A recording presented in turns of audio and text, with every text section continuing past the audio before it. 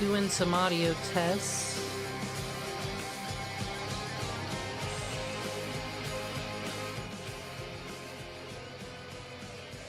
How about that? Is that good background noise? Not too loud?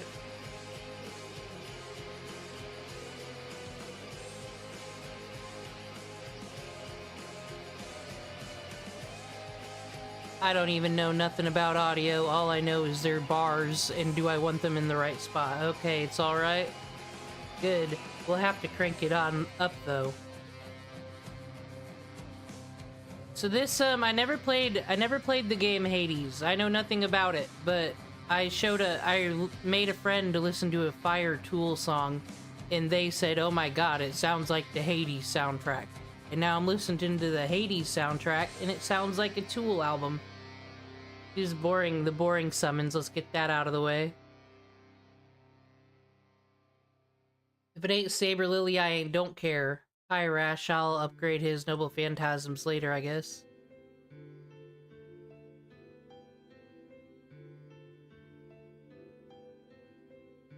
Oh, man.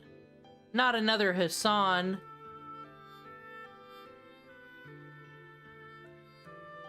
Ooh.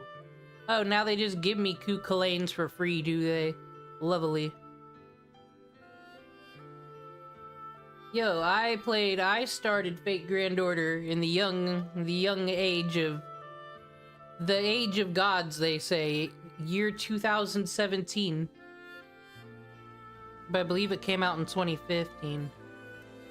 Dude, I like Sanson.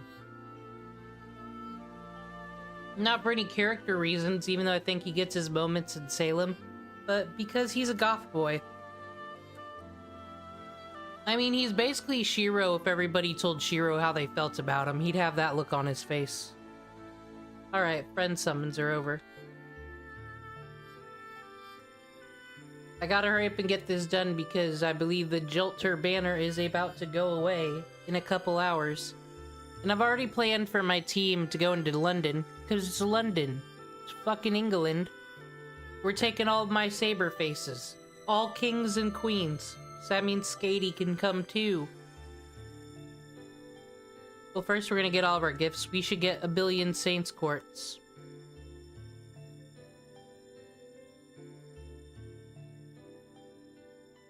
Crystallized lore. I don't even begin to know what to do with that. Thanks for the servants' coins. How helpful.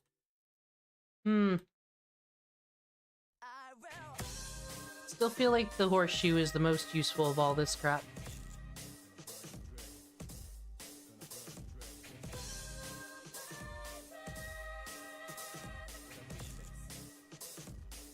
Alright, so we go to here to summon. Oh, actually, we'll exchange some fragments as well. Said we'd wait till we get 100 on that. Can you imagine being Da Vinci and running a store where you got sub-menus upon sub-menus like this? Like, this is the weirdest gas station of all time. That's 15 Saint Quartz right there. Hooray. That's a whole nother summon we just got.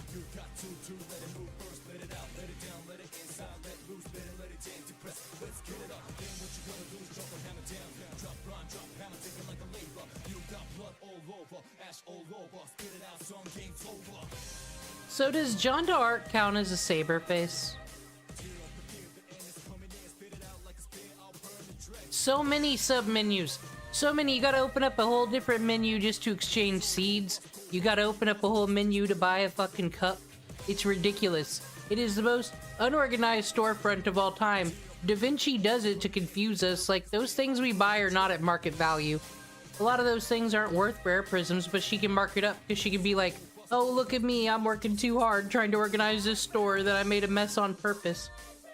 She's got a whole racket going on. Alrighty.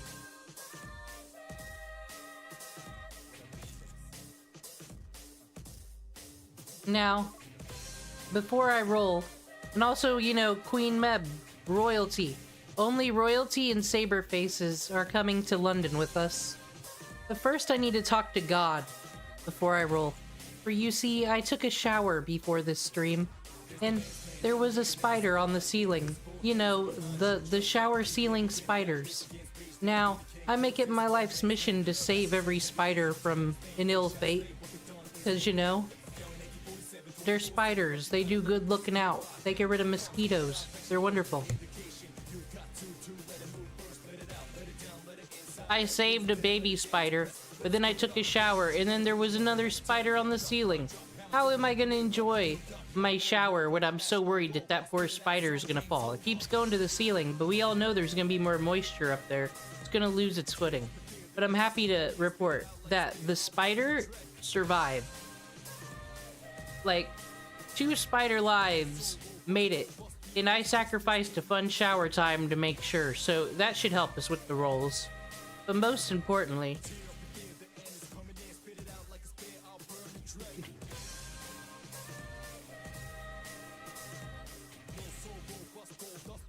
we know what we have to do to get good rolls. We've cracked the code.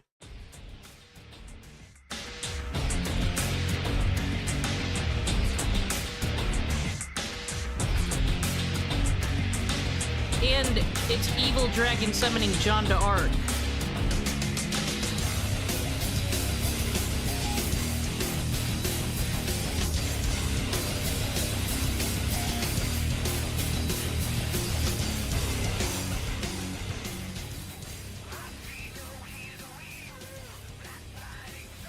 If this doesn't summon her, I don't know what will.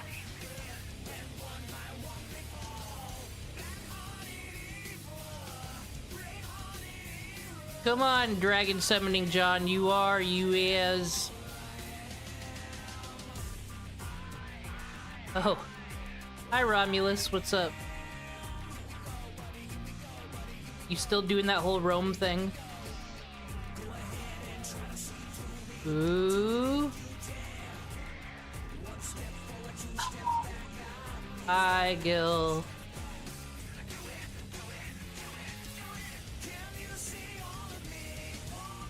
If this don't work though, we have Live and Learn as a backup.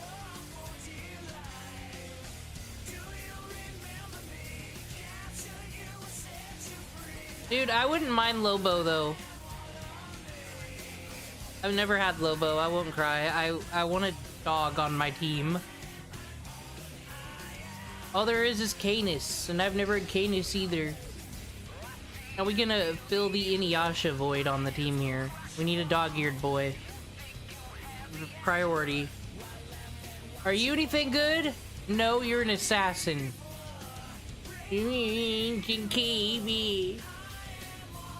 Now, mind you, I have no business being greedy. That was some good rolls last time. These are just for funs. We got a ton of saber faces and quains. Clear out London.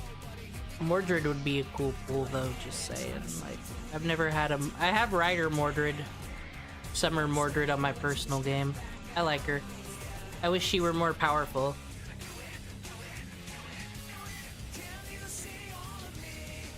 This guy again.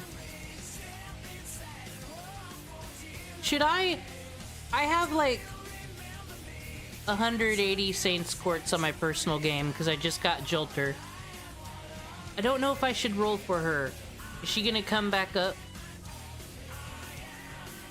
I got so many sabers, you see. Alright. We gotta go before the song's done. I might sit this one out, but she looks so cool.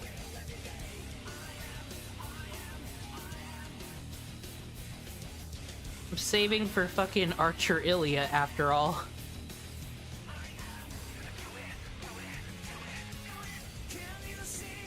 Come on, Kukulin. Can you see all of us? Well, I might level up Prototype. Kukulin. Oh, thank you, Shadow the fucking Hedgehog. Am I right? Am I right? Sonic music. Statistic says 4 out of 4. Now that's funny. Did you see that, Mercury? I bet you saw that. Hey, that means we don't have to roll on this banner no more. Let's go for Saber Medusa. No, Noble Phantasm 2. That's called greed right there. Yes, I did get an Avenger because I played Shadow the Hedgehog music. That's how you do it. It's confirmed. Every single time I play a Sonic song, I pull a 5-star. And sometimes I don't play a Sonic song and I pull fucking Ishtar. And no one likes her. So always play Sonic music. And as stated, we are not allowed to make fun of Sonic people or call them cringe for like a month. That's how we pay it forward.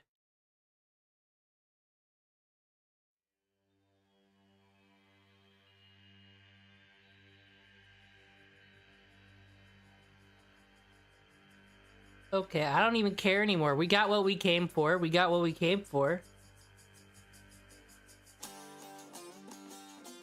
Played the exact same song on my personal game when I got Jalter 2. Like I said, you want to summon an edgy servant, you need the power of Shadow the Hedgehog. Okay, Yu-Gi-Oh! Master Duel. I played Duel Links like a scrub. I like speed dueling better. I like 3 spots better. You put down... I don't have middle school patience anymore. Oh. Servant, Avenger, summoned. Yeah, she's like, oh, you wanted me so bad, you're just gonna skip my dialogue. Fuck you. I could play some Yu-Gi-Oh! Master Duel, though. Why not? I'm just...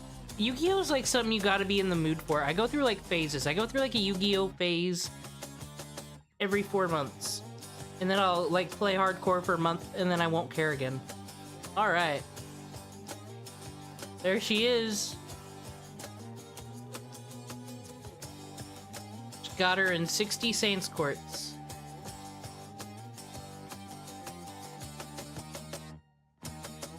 She's so... insane manipulation grind.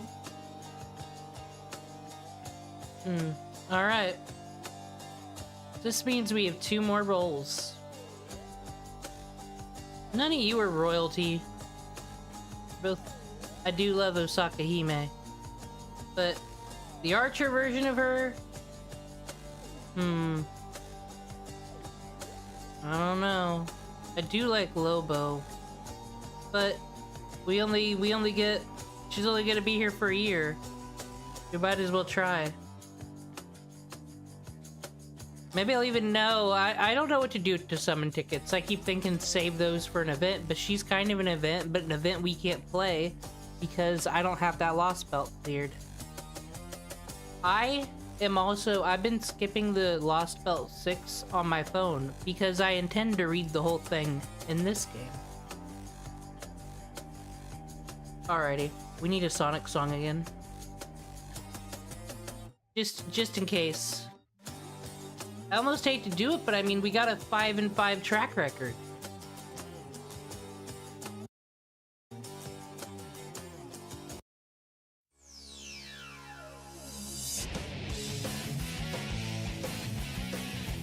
Alright. Medusa went through a lot in Heaven's Feel, and a lot as a Lancer in Babylonia. She lived and learned, some would say.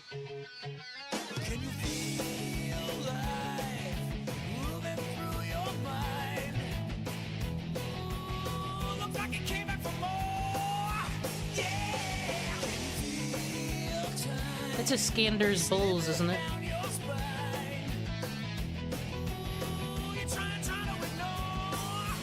That's some cute art.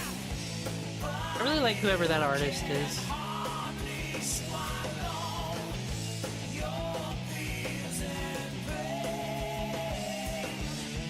You gotta keep on a lookout. I don't like skipping through sometimes because I love it when it fakes you out and then it does like the sparkle sparkle and transforms. And then you go, oh my gosh. We don't ever want to miss that. That's some real anticipation.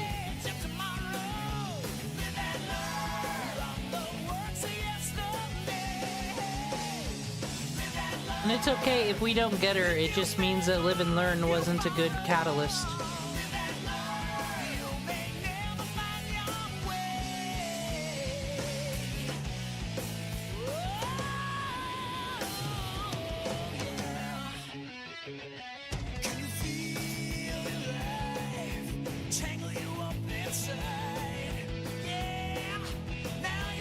Dude, I probably got Romulus and Noble Phantasm 5 by now, I'm sure. There's Sparkle. You said Sparkle and it appears. Mercury, are you the catalyst? It's not who we were looking for, but that's cool. She seems decent.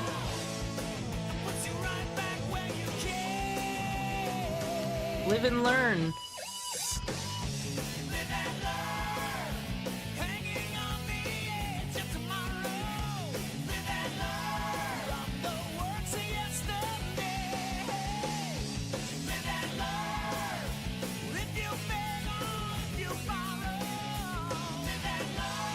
Agreed.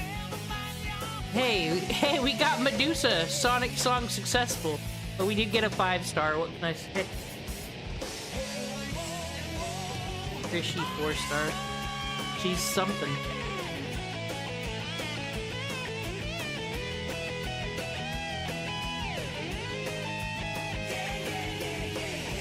Were you surprised the two of us are one servant? Dude, we got 2 5-stars, technically. Was she 5-star? No, she's a 4-star, but that makes her an 8-star because there's 2 of her. Accept it. Alright, though.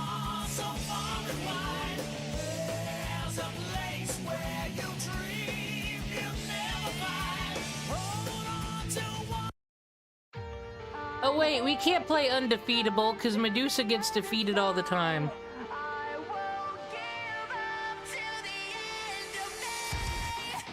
Gotta do Find Your Flame.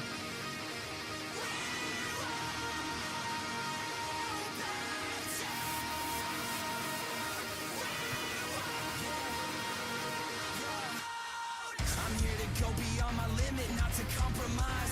And you can tell me if I mean it, looking in my eyes. Cause I've been waiting for my moment to strike. So come close, let me show you what it's like. Yeah, you can try to stand in my path, but you're gonna regret it. I'll be the one who laughs last while I'm making my exit. Cause this is only for the strong of heart, not if you get it. And no matter what the outcome, you better accept it. I can cut like the shell, I can bury the flag. So don't doubt for a second, just get out of my way. Push me in the cell, I'm not letting it go. So take this as a lesson. Matahari Fairy, I approve of that. Sparkle, sparkle.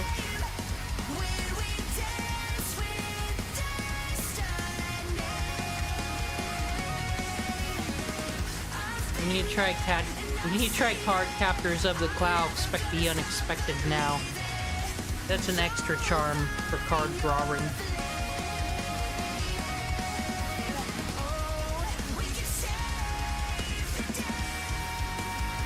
We're looking for a saber, not a lancer.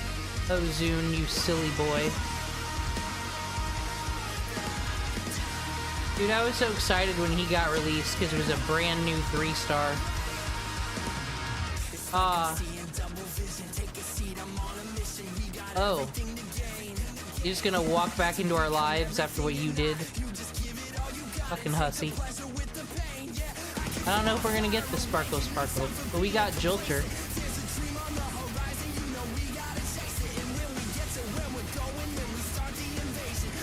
It just means Shadow the Hedgehog is indeed the perfect life form. That's all that's gonna prove. This is still scientific.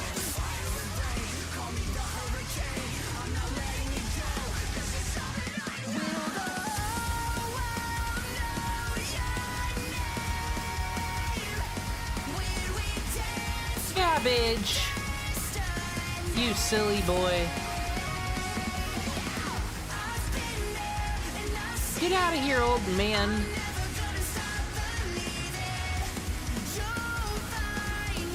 Ninja. Naruto. Robot old man.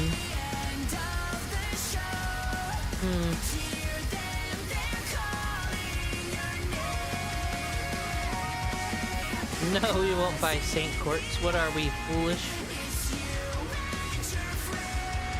And I'm out of paid Saint Courts, but why not? The craft essence? I'll take the look. We gotta build the team after this.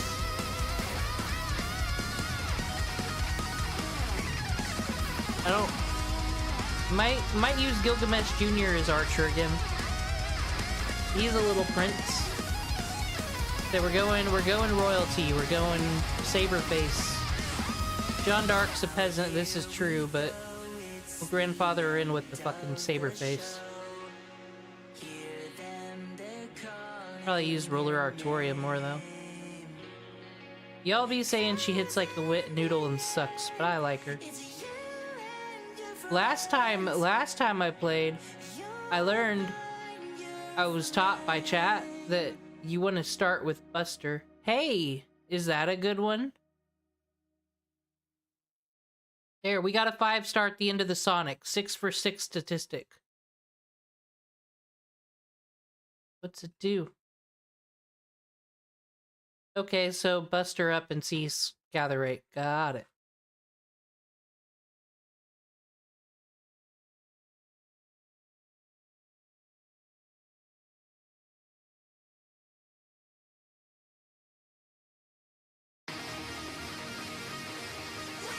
Oh, I only saw a gold sparkle. I'll do it 4 more times.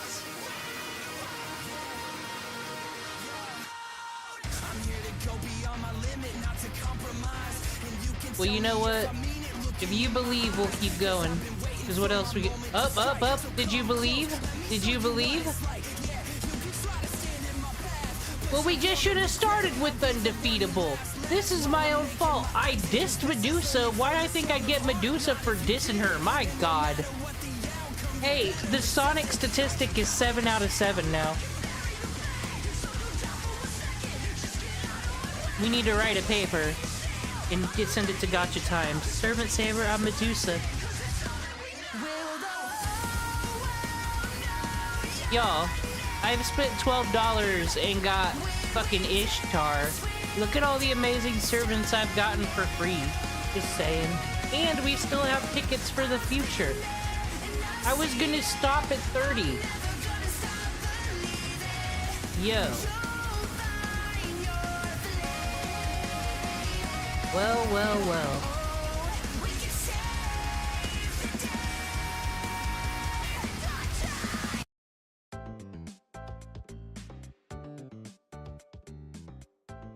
Alright, time to make a team once more. Yes, I got my user ID up there if anybody wants to add me. Oh! Archetype Earth, hello.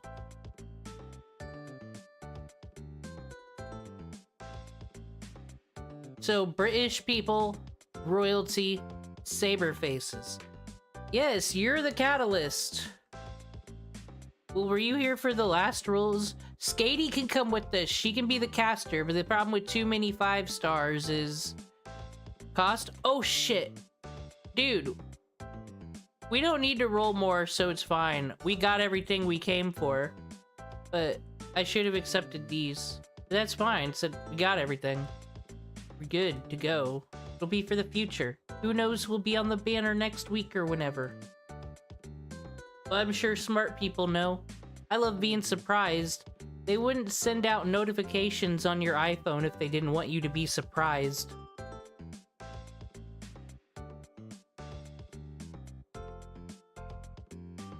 Dude, I want Archetype Earth. I'm rolling on her when the time comes.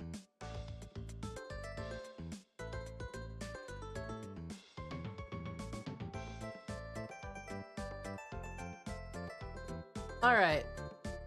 So, we have the Queen.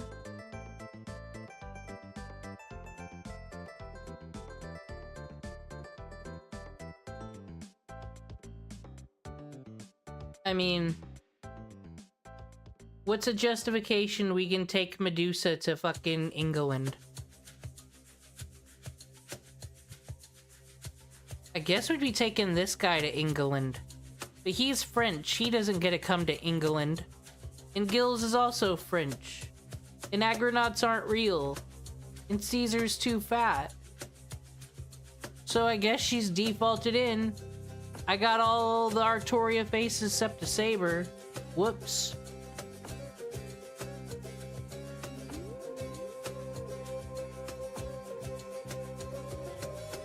I want to find out more about her.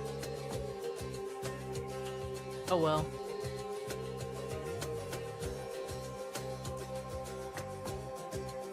Okay, Archer.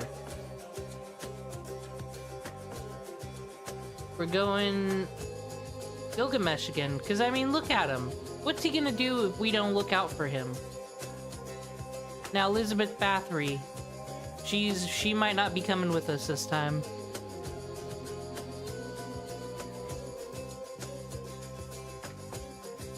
Yeah, there's an Ishtar. What about it? Are any of these people British? I mean, Ireland's EU. Okay, wait, so does she ever rate up? I'm confused on this. Does this mean like every servant is out there in the gacha? They just got like a 0.1% chance, and then when they're on the banner, the percentage gains. So could I ideally get Draco at any time? Or are there some that are just like banner locked, as you would say? Gareth is... You know what? That's actually a good call, because we got too many fucking 5 stars. So someone's got to do some labor. We can have 2 Medusas to justify it. Did she rip off pretty British ships, this Bonnie? Seems like the type of thing she'd do, though.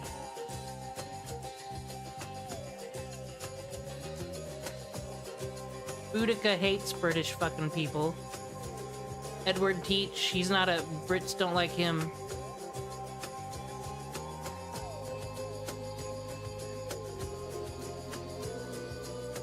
Alright. Skaty's coming, because royalty. She is a saber face, so she may come. It's true. And she's like the only good berserker that exists. But, dude, having a foreigner is nice and all, but...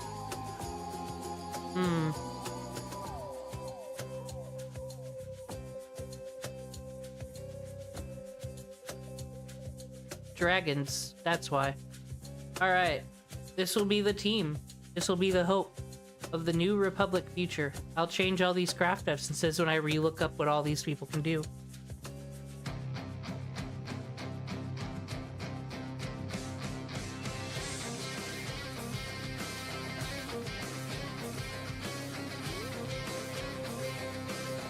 Now...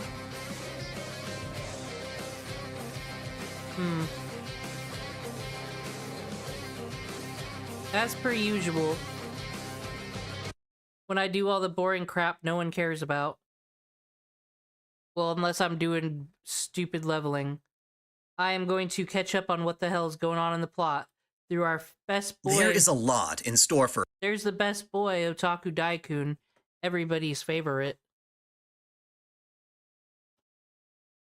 Doo-doo-doo. My screen is very pink, I know, but I'm just trying to, you know, hashtag not like other screens.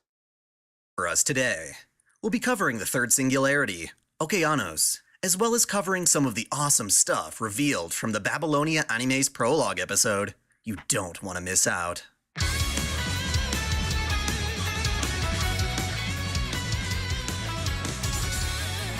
Okinawa was boring, though. Welcome back to Otaku Daikun. Dai here. This is part 4 of my Lore of Fate Grand Order, where we'll be covering all there is to know about the game's third Singularity. I'm not just summarizing events for those who skipped the cutscenes. I'll cover the events, sure, but I'll be diving into the material deeper than that, including overviews of servants and other unique mechanics that get introduced. Before we get too deep into that, we absolutely have to reflect on the glory that is the Babylonia anime. Episode 0 came out. It's fine to miss my wonderful stream, because even though, you know, slowly, because I got other things to do, I'm trying to... I try to make the clip one, that's all like the best clips, Put a whole Singularity together, boom. Don't gotta hear all the boring stuff like me crying about audio or spiders or whatever. And then I got the funny haha one that I make. So no one feel bad about missing nothing, unless you just want to see my awesome polls. Honestly, those should all just be a video on itself. But then do we really want other people to know about the Sonic statistic? And it gives us everything that the OVA First Order should have. We finally get to see in action a lot of things that were only briefly mentioned in passing before. So please indulge me as I highlight a few. First, we get to see much more of Mashu's past, which is wonderful. We already know she's a demi-servant who inherits the Saint Graph of Galahad, but here we get to witness how difficult it was to reach that point. Chaldea, for the greater good of mankind, did some pretty questionable shit. The designer babies were among these malpractices. Rather than summoning their own servants, Chaldea thought it would be a better idea to take genetically manipulated children and use them as vessels for heroic spirits. Mashu was their biggest success, but even then she wasn't a flawless victory. It appears waking up Galahad inside Mashu's body is as dangerous as activating Ava Unit 0. Hell, I'd be pretty startled if I woke up all of a sudden in a chick's body. I probably wouldn't have gone postal though. At this Otaku Daikun. You silly boy. point, it seems Galahad's not all too keen about helping save humanity. And it's only because Mashu regains control of her body that Chaldea isn't leveled to the ground. It'll be a while until Mashu and her bond with Ritsuka seem to persuade Galahad to lend her his servant abilities. The dynamic between Dr. Roman and Marisbury is fleshed out in greater detail too. Obviously, Marisbury Animosphere's the guy who founded Chaldea. He participated in a Holy Grail war, won, and decided to use his— Oh, hold on. Much quickly. You know, bitching about the shop earlier, 8,000 sub-menus indeed. Got leaves of leaves. Where are the leaves? Oh, this is the enhancement menu. Of the sub-menu within the shop menu of the enhancement menu, okay. Dude, Galahad, they gotta. Like, I mean, ideally the game's never gonna end, right? They always have to have events and new chapters and whatnot. Ideally. Like, eventually people are gonna get tired of MASH. They could just throw Galahad in for, like if you do, like, an Olympus type thing again, you know, go to the heavens. Alright, what's more important? Enhancing the noble phantasm on the ones we already have? Maybe I will on Jalter. Or new friends?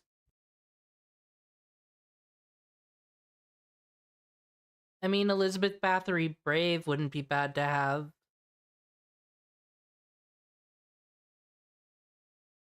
Or another caster. I don't want a Santa.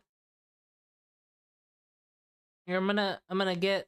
Well, no, these are more important to get, actually. They're Ascension stuff. For the ones I already got.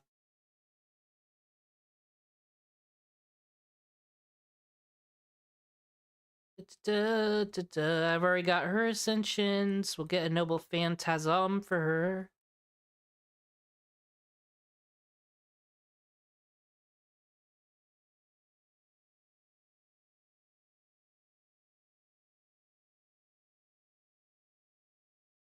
There, that should be enough for now. Dude, they're never...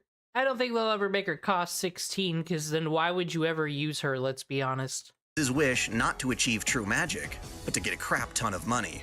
What can I say? The guy needed mats. I'm sure you understand. I pictured him as an older guy, but making people pretty is just how fate do. His servant was, of course, King Solomon. In life, he was a humble dude who supposedly told God he desired knowledge over wealth, and in exchange got 10 rings, which let him summon angels and demons. Quite the nifty magecraft. Seems he got too playful on the demon side, but we'll come back to that. Point is, he was recognized by God, and his people worshipped him as such. As a result, he never really got to live as a normal guy. Thus, when he became the winning servant of a Holy Grail war, he made a wish to become human. The Grail granted his wish, and he became a normal person. Well, for the most part anyway. He was reborn as Romani Archiman, a mortal man without the memories of being Solomon. It's never that simple, though. When he took form, he had a vivid premonition. Is Otaku like why are we talking about Okinawas? Why are we getting Romani's? I don't know why I'm nitpicking this. Is he just saw the anime, so he's backpedaling whatever information he got from that into here? Of humanity's demise. Wanting to make a difference in the world, he busted his ass, studying sorcery and medicine. The anime lets us see just how diligent he was, traveling the world and witnessing humanity's decline. It really brings out his humanity. He's a fine lad. Eventually, he figures his best use is as a doctor for Chaldea. He meets up with his old pal Marsbury and gets the job.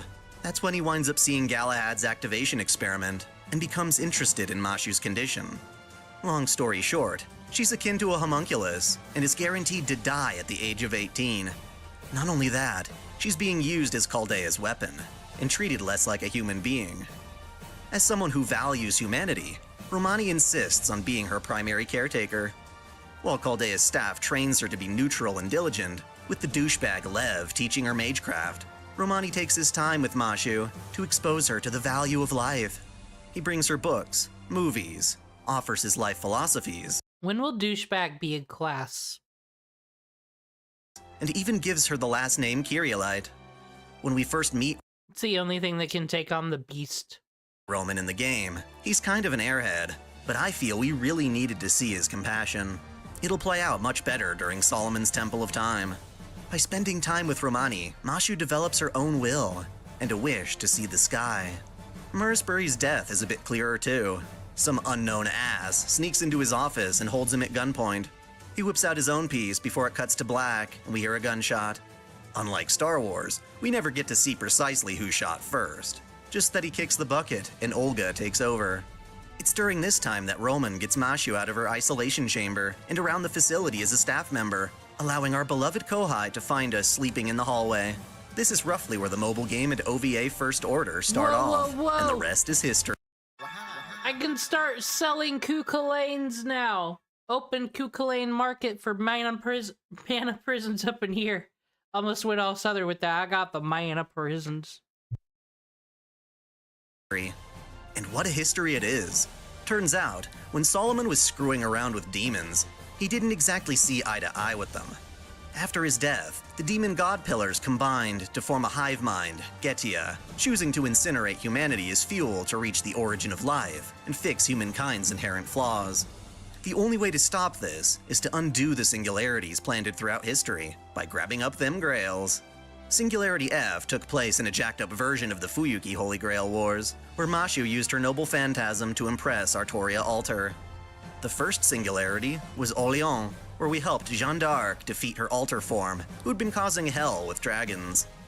The second Singularity was Septim, where everybody loved Nero, minus Boudica, and Lev got his comeuppance by getting sliced in two by Altera. Now we're at the third Singularity, Okeanos. Well, before Altera just kind of has a hobby of doing that, don't she? Teach you leave Drake alone. Itsuka even gets there, we've got some backstory with Francis Drake. Yeah, what was that? I noticed that too. It's just Orleans. Or like, did we Americify that when it came over here and we have New Orleans or whatever, New Orleans? I have never heard whatever he just did there. Orleans? Like, maybe that's right. I don't know. When you're so far weeb that you're also an otaku for French things, I guess. Drake. That's right. The real Francis Drake, not a servant. She's a ship captain and pirate, famed for successfully circumnavigating the globe. Her ambitious voyages helped the rise of the British Empire, fighting against the Spanish Armada and earning the name El Drake. This singularity occurs during her life, but before the circumnavigation, when she and her crew on board the Golden Hind are on another voyage and discover Atlantis. Drake, being the badass she is, takes on the god Poseidon and wins, claiming a holy... Does anybody mess with any of these Hassans at all? I've seen people use the cursed arm one and talk about him. But like, that's about it. I never see anybody go for bat for Serenity or any of these other ones. Grail. It's kinda confusing, but this is not the same kind of grail that Getia is injecting into each singularity. It's a genuine holy grail, the kind King Arthur was searching for in her time. Drake keeps it, enhancing her body so it's as strong as that of a servant. Nifty. Then a storm comes, sweeping her and her crew into the endless ocean of Okeanos. Drake doesn't seem to mind, taking this opportunity to plunder the new vast world before her. Of course, she's not alone. On the open seas, she encounters none other than Edward Teach, more famously known as the pirate Blackbeard. In life, he sailed on the Queen Anne's Revenge, feared by even his own crew as a devil. In that regard, he is a fitting rival for Drake. That said, the version we see here is his servant form, summoned after his death. As a How would you get away with being an asshole on a boat if everybody in your crew isn't an asshole as well? Like, it'd be so easy for them just to throw your body overboard at any time and no one would ask no questions. I can't imagine these pirates were too terrible. Because how would that work? You have to have some crazy loyalty in you to have a tyrant on a boat. heroic spirit, Blackbeard has found himself immersed in an otaku lifestyle, shamelessly fawning over any women that catch his eye. Furthermore, he is the one in possession of Solomon's Grail. In addition to his own pirate crew, he is accompanied by 4 other servants. First are Anne Bonny and Mary Reed, 2 women who found themselves serving under the infamous pirate, John Rockham, on board the Calico Jack. Throughout their pirate career, they form a close bond of camaraderie, ultimately being the bravest members of the crew. In their final battle at Jamaica, they are the only 2 choosing to fight to the end, while their captain and crew hide in the ship's hold. The 2 women proved themselves stronger than their own captain. Also sailing with Blackbeard is Eric Bloodaxe, a king of Norway who claimed the throne through brutally slaughtering his brothers with the help of a witch, Gunhild. Everybody. He is a warrior acknowledged by the god Odin, and as a berserker, he is able to reinforce Blackbeard's ship. Lastly, there's Hector. Yep, the guy who was the strongest hero of Troy. That would actually be cool. If Francis Drake is Elizabeth I, like a servant has been lying about their identity through not only Fate Extra and its anime, and fucking Fate Grand Order in like it's someone else, that would be amazing actually. During the Trojan War. When his brother Paris sparked the start of the war, Hector rallied the Trojan army against their stronger Achaean foes, until his defeat by the hero Achilles. It is said that Hector's death was the turning point for Troy's eventual loss. While Hector appears to be working for Blackbeard, he is actually on the side of Jason of the Argonauts, but we'll come back to him a bit later. It is at this point, when Drake and Blackbeard are feuding against each other, that Ritsuka and Mashu are ray-shifted to the Singularity. They find themselves aboard one of Drake's ships, surrounded by hostile pirates. Mashu beats them up and earns their loyalty, commanding them to find the nearest land. They are taken to the island Drake uses as her hideout. There, Ritsuka and Mashu find Francis Drake enjoying booze from an endless supply pouring forth from her holy grail. Drake, in her drunken stupor, challenges them to a fight and finds herself defeated. Accepting her loss fair and square, Drake agrees to join Ritsuka in their campaign. She gives up the grail, and Mashu is hopeful that it's the grail they're looking for. Nothing happens though. I think level 60 is still fine enough level cap for London. I'm hoping. We let some people die, but just other people's servants, so it was fine. Indicating that there's another grail out there, which we know is with Blackbeard at the moment. On the open seas, we fight other pirates in their ships, taking on the concept of average pirates, similar to ghosts. On a nearby island, we find a stone tablet mentioning the Bloodaxe King. We find Norway Vikings and fight them off. Eric Bloodaxe is their leader. We kick his Zerker butt and confirm his disappearance. Later, we raid a Viking ship for a map and set sail to a nearby island in search of a ley line to summon more servants. When we try to leave the island, however, we see that the Golden Hind won't move because it's trapped in a bounded field. Thus, we go searching for the one who made the barrier.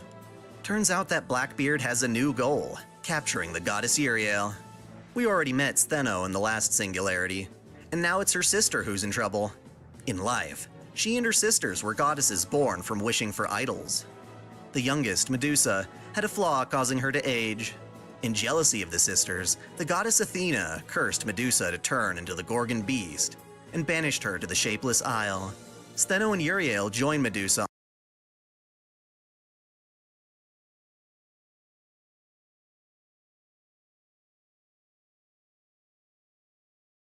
I hate doing this because I have to wait a whole damn year to get some damn void's dust, and I feel like it's the most needed of all the materials. But it's Jalter. We gotta do it. On the island, and are protected by their big sister against pursuing men. In time, however, Medusa fully transforms, turning on her sisters and devouring them. Like Stheno, Uriel is able to manifest as a servant because, while divine, she is overall a very weak goddess. In the Singularity, she tries to escape Blackbeard's pursuit with the help of Asterios, another figure of Greek myth. The story goes, King Minos made a promise to Poseidon to sacrifice a bull to him. When it came time, however, Minos refused to sacrifice his most valuable divine bull, instead choosing a different one. Pissed, Poseidon curses Minos' wife, making her lust for bulls. She gets freaky with a beastie, giving birth to Asterios.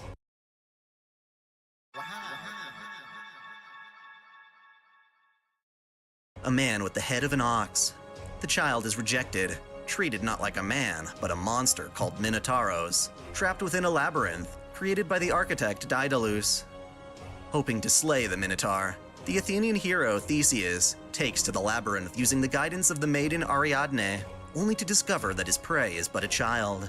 Theseus notices that Asterios never wanted to be a monster, and so he slays the beast in an effort to save him. As a heroic spirit, he gets his chance at redemption. While he's a berserker, he winds up helping Uriel. This just so happens to be the island we're stuck on. Saritska's party searches the labyrinth and encounters Asterios in battle. Uriel breaks up the fight, noting how Asterios is nearly dead. After communicating, it becomes clear that the bounded field was supposed to keep people from entering the island, but instead accidentally trapped us. Noticing we're not associated with Blackbeard, Uriel agrees to have Asterios drop the bounded field and come with us if it means saving him. Just as we leave the island, Blackbeard attacks. To our surprise, Eric Bloodaxe is back, having been summoned by Blackbeard's Grail. We defeat Eric once again, but are overwhelmed by Anne, Mary, and Hector. We make an escape, succeeding because Asterios incurs a severe wound. They punched a hole in the ship through cannon fire. To repair the Golden Hind, we decide to reinforce its hull with wyvern materials. Venturing into the forest to gather mats, It is interesting not paying attention and putting it together later. So that's why we were fighting 900 dragons in Jamaica. Makes sense. We needed dragons for our boat. That's how you fix them. discover Orion and Artemis. Artemis happens to be the Greek goddess of the hunt. In her time, she helped raise the hero Atalante, and even taught the centaur hero Cheiron. But she's a powerful goddess. How'd she manifest as a servant? Well, technically she didn't. Rather, she is hiding within the Saint Graph of Orion, the famed hunter and mortal son of Poseidon. In life, he hunted alongside Artemis, and though he was a playboy, he resisted her obsessive affection. We have 2 Jolters. 2! And John Dark. We just need Archer John Dark up in here. We got a whole crew. Saberface, that's so 2024. Jolterface now. Regardless, rumors of their supposed romance spread to the god Apollo, who disapproved of their relationship. One day, he tricked Artemis into shooting at someone swimming, who just so happened to be Orion. Artemis pleaded to bring her love back to life, but was denied, with Orion instead ascended to the stars as a celestial body. When Orion was to be summoned as a heroic spirit, Artemis snuck in, achieving a summoning that would otherwise be impossible. As a side effect, Orion's presence in his own Saint Graph is reduced, manifesting him as Can I unlock the Christmas Singularity? Or no, because I probably have to beat the Singularities first. I don't know how that works. a small bear mascot. Even so, he remains an unfaithful playboy, and she continues to adore him, punishing him for his wandering interest in other women. Ritska accidentally steps on Orion, who at first acts like a plush toy. When Artemis learns that Ritska is a member of Chaldea, she joins the team in order to preserve the human order. Yay! We plan another assault on Blackbeard. Since Orion can walk on water as Poseidon's kiddo, Artemis inherits that talent and volunteers to distract them while the Golden Hind gets close. Uriel fires arrows upon Blackbeard's crew, charming the men into turning to her side. Amidst the confusion, Orion and Artemis ignite a bomb on Blackbeard's ship, and in a panic, Blackbeard tries to use it as an excuse to get Anne and Mary to strip down. Regardless, Ritsuka's team rams the Queen Anne's Revenge and boards it. We defeat Anne and Mary, but are surprised when Hector takes his chance to betray and kill Blackbeard.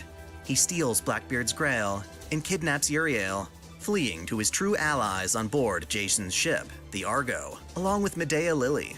Yup, Jason and the Argonauts. Jason was another Greek hero, dare I say, who was heir to the throne of Iolcus. He got screwed. Hopefully someone in chat can tell you, because I don't know anything. I like keeping it a mystery until someone tells me it's coming up. It was Jalter Day today.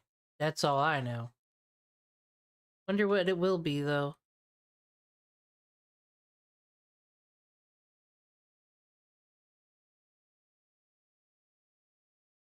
Boom. Okay. Or should we use Robin Hood? Because England. But, like, he's got the AoE. And he's blonde. That's our justification. Screwed out of his inheritance when King Peleus usurped the throne. To get in Peleus's good graces, Jason and his crew on board the Argo set sail to the country of Colchis to retrieve their treasure, the Golden Fleece. The king of Colchis, Aeetes, refused to hand over the fleece, so Jason resorted to stealing it. The goddess Aphrodite supported Jason and used her power to control the mind of the king's daughter, Medea. She was manipulated into unconditionally loving Jason, betraying her father in the process. Medea was a talented mage even in her youth, and her abilities helped Jason escape pursuit with the fleece in hand. Oh, I'm sure the day to grind will be coming up. That's what all the bronze, not the bronze, the cobalt fruits are for. Actually, now that there's this pilgrimage thing going on, are like the embers half off? Are they doing that? I don't think I need to, though, this early in the game, go grind for embers. I mean, I'm leveling up a whole bunch of different people. Like I said, I don't think I even need to be past level 60 for London. Medea's forced love urges her to commit atrocious murders for Jason's benefit, slicing her own brother to pieces and assassinating Jason's political rivals. You'd think Jason would be grateful, but no. He just gets disgusted by her actions that he encouraged her to perform and abandons her for another woman. Medea, dragged from her home and abandoned, cannot forgive Jason's infidelity and winds up crushing him beneath his own ship, Noise. Now, you'd think Medea would never want to team up with Jason in the afterlife, but the assumption is that this Medea is in her youth, before she committed so many murders. So where was this guy in Camelot then, when they were all being a whole bunch of round table heretic hunters? Where was Gareth? Is he new? Is he the intern that got promoted? Murders on Jason's behalf. At least, that's what Jason thinks. In truth, Medea remembers everything from her previous life, and is working in cahoots with Getia, who has disguised himself as Solomon. From the beginning of this ordeal, Getia confronted Medea and Hector, giving them the Singularity's grail, entrusting it to be found by some fool who'd cause havoc. Perfect for the part, they let Blackbeard find it. In addition, Getia had a greater plan involving the Ark of the Covenant. In myth, the Ark is said to contain the 10 Commandments, and opening it is akin to unleashing Pandora's box, destroying anyone who touches it. Turns out, if one were to sacrifice a god to— Oh, look at his cute little suit of armor. It's like he's people. Kidding, he's just a little cutie. Gawain needs to find his chill. Dude. Oh man, you're gonna take shields. I guess you deserve it, because you have such a pinchable face. You deserve shields. the Ark, it would count as sacrificing the world. What? Did that gosh dang Natsu trick me again? Gareth's not a very feminine name. Just saying. Artoria, you can get away with that. I don't know about Gareth. You know, hot, sexy Gareth. bringing about destruction through the Singularity. Thus, Medea Lily tricks Jason into believing that if he can procure Uriel and sacrifice her to the Ark, it will grant him ultimate power. The dumbass believes her and naively goes about bringing an end to the world. Oof. We track Hector through an intense storm and confront the Argo and face up against Jason's biggest asset, Heracles. Of course, Heracles was the child of Zeus, an immortal woman. Problem is, Zeus was married to the goddess Hera, who wasn't too happy about being cheated on. She curses Heracles, sending him into fits of rage, one of which causes him to murder his wife. Your beloved got 10 shields. We can still get shields with pure prisms, but you know, we gotta be authentic. This is our London team. I don't want it to go bad like our summer vacation. You know, I want people who know what they're doing in England. Even though FGO, since I learned history from FGO, seems Camelot's actually in, like, the Jerusalem. I think, is that where it was? And children. To redeem himself, Heracles is assigned by the gods as the servant of Eurystheus, forced to complete 12 labors. He completes these tasks, earning much glory. After Heracles is poisoned and lights his own body ablaze, he is honored in Olympus for his deeds as a god. That said, the servant version of Heracles is but a demigod, and his 12 labors manifest as strong defense, akin to 12 lives. This makes him extremely overpowered, such that we are forced to flee after rescuing Uriel. Anyone deserves embers. It's our girl right here. I hope her second ascension doesn't suck, because I kinda like the look she's got right now. Fucking, I went through this phase in high school where I thought this pink, purple, and black, that color combination, that was my personality type, you see. So I get this vibe. I love it. Uriel. Asterios sacrifices himself so we can survive, confessing his love for Uriel in a moment of clarity from his madness. Aww. For now, it's a race to see who can reach the Ark first. Ritska's party checks various islands, searching for traces of mana, until receiving a letter fired from an arrow, shot by Atalante. Atalante was yet another Greek hero, abandoned at birth by her father, and raised as a huntress by Artemis. She eventually joined Jason as one of the Argonauts, gaining fame as a warrior. Her father decided— dude, is this her daughter from the future? Is that what they're doing? I approve. to invite her back, exclusively for the purpose of marrying her off as a political asset. She was clever, though, agreeing only under the condition that her suitors must beat her in a foot race. Boo! See, this is what I mean. We gotta turn this one back to Ascension 1, just like fucking Ruler over here. Boo! A feat which no one could do in a fair competition. Aphrodite, the same goddess who screwed Medea over, intervened during Atalante's race with Hippomenes, gifting him irresistible golden apples to scatter across the track. This caused Atalante to lose, being forced to marry her suitor. Her biggest goal as a servant is to save all the children. We can't forget about teapots, and the very first damn thing we're doing is fixing that Ascension. We're reverting back to stage 1, pink and purple, cool, goth girl in mood. What is this? We don't need no Aegis from Persona 3 cosplaying as some Greek bitch. We don't need that. Children of the world. After reading her letter, we go to meet her in the forest, where we also encounter David. In life, he was a shepherd and harpist who was told he'd been given a special role from God, safeguarding the Ark of the Covenant. He played his harp for Saul, the king of Israel, exorcising him of an evil spirit. At the time, Israel's enemies in the Philistines were supported by a giant named Goliath, who demanded someone from Israel's army fight with him in a one-on-one duel. While none of the soldiers would comply, David accepted. Like a boss, he came to the battle without a sword of his own. He knocked Goliath out with a rock, shot from a slingshot, and decapitated him with his own sword. After Saul's death, David ascended the throne, Despite having an otherwise righteous rule, David murdered his own vassal to covet his wife, and spent the rest of his years enduring God's punishment.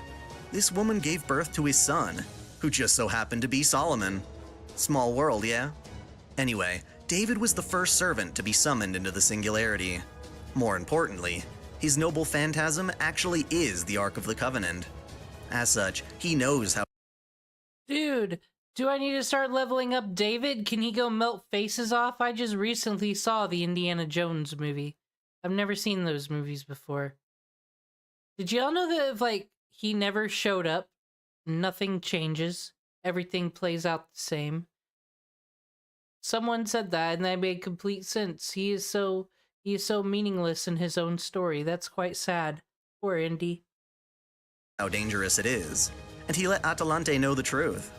Thus, even though Atalante was a former Argonaut, she would rather assist Ritska in protecting the Era from the idiotic Jason.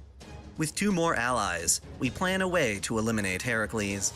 If we can lure him into touching the Ark, it will kill him instantly. Thus, we bait him with Uriel, leading him underground where his fate is sealed. I am so confused about why anybody needed a map. It was in the pyramid that was right there. They all just found it just by walking left. And they said, oh, we're going to throw you in the pyramid that you unlocked. And then they opened the stupid box. Actually, it would have been better if the box got to Nazi Germany, because then presumably Hitler would have opened it with all of his dumb goons in the room. It would have been further up the chain, and then no one would have to do World War II. So honestly, Indy kind of was aiming too small. Without Heracles' protection, we can now fight Jason directly to retrieve the Grail.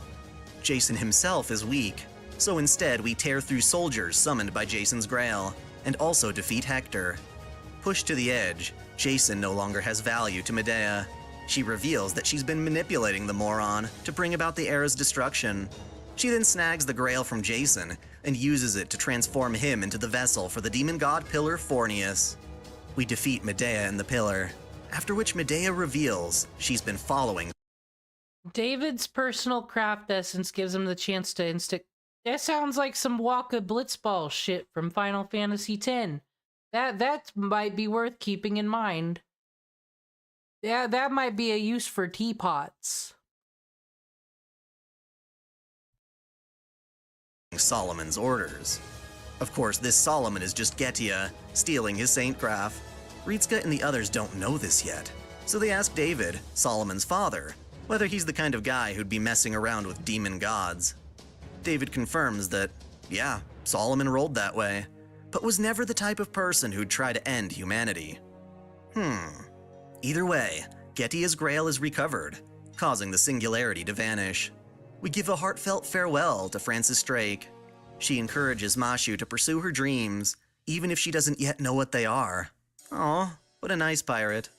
Ritska and Mashu are ray-shifted back to Chaldea. In Drake's honor, Ritska invites Mashu to sail the world together, assuming they're able to save humanity. Naturally, Mashu is intimidated by the idea of fighting more demon gods, but she chooses to believe in her master and their growing strength. There you have it. 3rd Singularity down. Compared to Septum, this was a much more epic journey for sure, but you'll have to look forward to an even more exciting lore when I cover London. Look forward to it. Mordred, Mordred, Mordred. Yo, I got a crazy Yuri video, but not ready for that yet. I wanna watch a Kildredge video on FGO's community's favorite characters. I don't know who people like, who the faves are. If this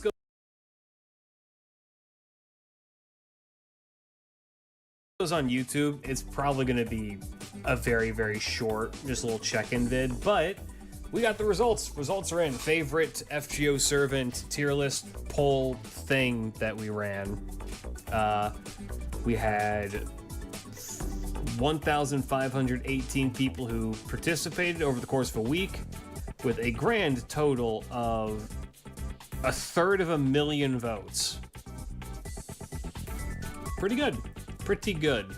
Now, I did this with the full intent of just like fun, mostly. Just So this is polled. This is from the people. This is no, I believe this is what people are into because I see a Discord chat. This is official numbers. This is science right here. I didn't really have any real intentions in doing this aside from just like seeing what people think. And you know, I like to see the results. I did the video of my own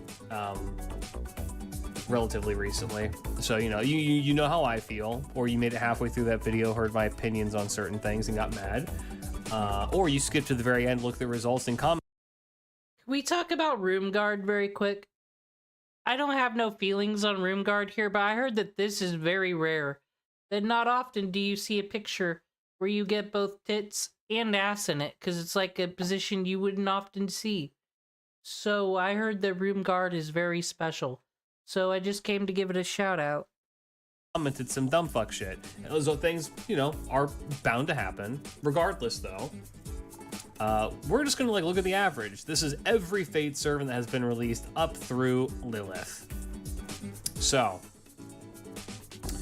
let's start with the average votes. Average votes are just the grand average of what they're ranked with the amount of times they've been voted. Because you because you have the option to skip, not every servant was voted on, and as a result, the results may be slightly skewed one way or another. So this is just averaging them out by how many votes they had. The amount of votes they had doesn't matter as much as the actual rank that they were given with the people who voted with them. So let's take a look. Average vote state. There's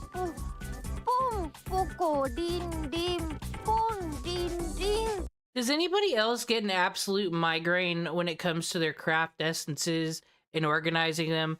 Because, like, I don't want to break down all these floors. Do I have this 3-star yet or no? Should I burn it for experience points? Why does it keep saying new? It's not new no more. That's my Fate Grand Order criticism. A donation for our brother in Rida. Dalmaram with the 69 nice dollar donation. Thank you so much. That is insanely generous of you. We will pop that can open You here. forgot the CTH option of watched none of the video and decided to comment some dumb shit anyways. True. I'll get to that here after this if you're okay with that. Thank you so much for the donation, homie. That's incredibly generous of you. We will pop open that Ibuki gacha at the very end of stream. You tell me how you want it served. Yes, you can. Is anyone gonna play that Persona gacha, the Phantom Thief one? I'm kind of interested, but how the hell do you do multiple gachas in your life? That's too much. You're skipping story on one of them. You can request backing music. It may be anime music for it, but it'll depend on if it's going to get my VOD nuked. Alright. So, Gramps lost his throne here.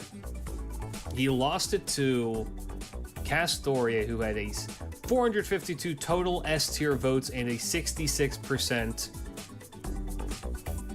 of her votes were in S-tier. Pretty impressive. Gramps only had 62%, so it makes sense. How do you play 5 different gacha games?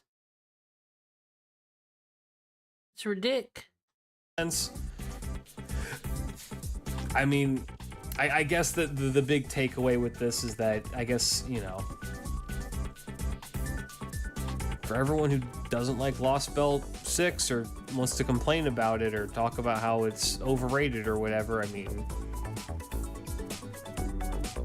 66% of people opted to say, yeah, that IRA girl sure knows how to make a nice pipe bomb.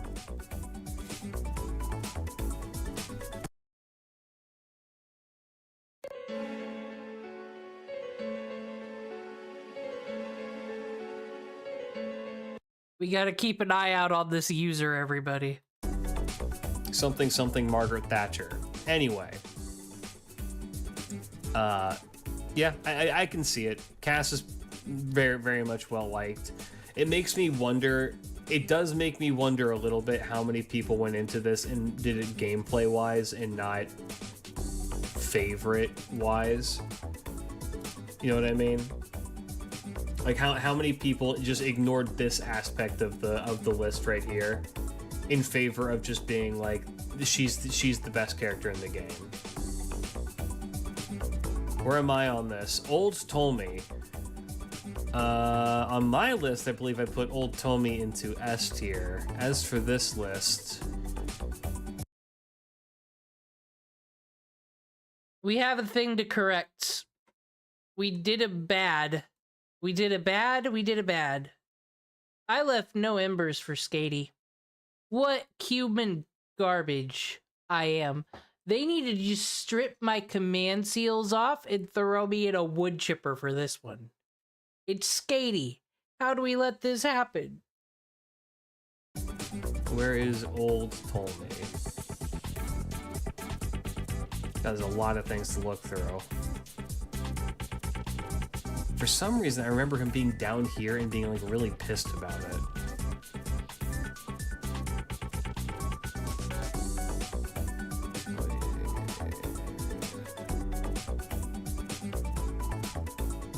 Nope, okay, so he's at least in B tier. That would make sense. There's no caster embers! Oh, wait, we can solve the problem with money. We can solve the problem with money. I'm pretty sure. It's a new month, and I don't think I've got mana prisms. I got 229. That's basically like $7. I could even have more summon tickets if I wanted. But no, these are for Skatey. What? That's 50. 50 embers? That'll get her somewhere. There. We're gonna correct this wrong. You, Klim, you've been born in the light. Born in the light of us correcting our ways. Wherever he is, he needs to be higher, but yeah. Because Ptolemaeus is the GOAT.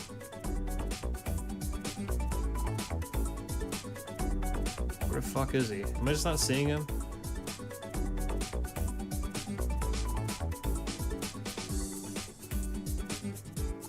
Old Tomi was S tier on mine. Great old dude, grandpa energy, hell yeah. Where the fuck? Ever wondered why St. Quartz in FGO looks the way it does? I'm gonna watch this one. I have no idea what is going on in that tier list. And we got too many tier lists. I want some more FGO videos though. I need to get educated. Like, why isn't it just a simple crystal, a shiny cube, or even a glowing orb? Some people might say it's because the shape shows complexity and variation. Or maybe you've seen that one bit from Learning with Manga, where Altera thinks that St. Quartz grows from the ground and starts popping out little buds. Honestly, that could be true. It's fate. We've seen weirder. But hear me out. What if I tell you that the design actually has everything to do with the one and only Da Vinci being part of Chaldea? Back in the day, the real Leonardo da Vinci made some super detailed illustrations for Luca Pacioli's book De Divina Proportione, which literally means the divine proportion. The whole book is basically about the golden ratio and how it shows up everywhere. Nitpick. I hate how they just don't put the fucking stuff in your inventory when you buy it from the shop and you gotta get it out of your present. If I bought it with my mana prisms, Da Vinci, that doesn't make it a present. What? Is that how you get away with upcharging everybody? Is that you fucking put Amazon gift wrapping on it when no one needed it? It just makes it more inconvenient. But you trick us into thinking, oh, I'm over her racket. I'm telling you what. In nature, geometry, art, architecture, the application, and how beautiful it is from both a mathematical and even some religious perspective. One of the illustrations in that book is called Octohedron Elevatus. It's a geometric shape based on the golden ratio, and over the years it eventually became one of the early versions of a polyhedron we now know as the Stella Octangula. Yes, that's basically the base design for the St. Quartz we use in the game. Now remember, the Da Vinci we know in FGO always chased beauty in both her inventions and her art. No, she's a money-stealing scumbag. She even said it herself. That's also why she used the Mona Lisa as her base form, because to her, Mona Lisa was the ideal representation of beauty. So, if we go back to the original question, the answer's honestly kinda simple. Da Vinci sees that shape as a beautiful thing. It reflects the golden ratio, and the golden ratio is beautiful.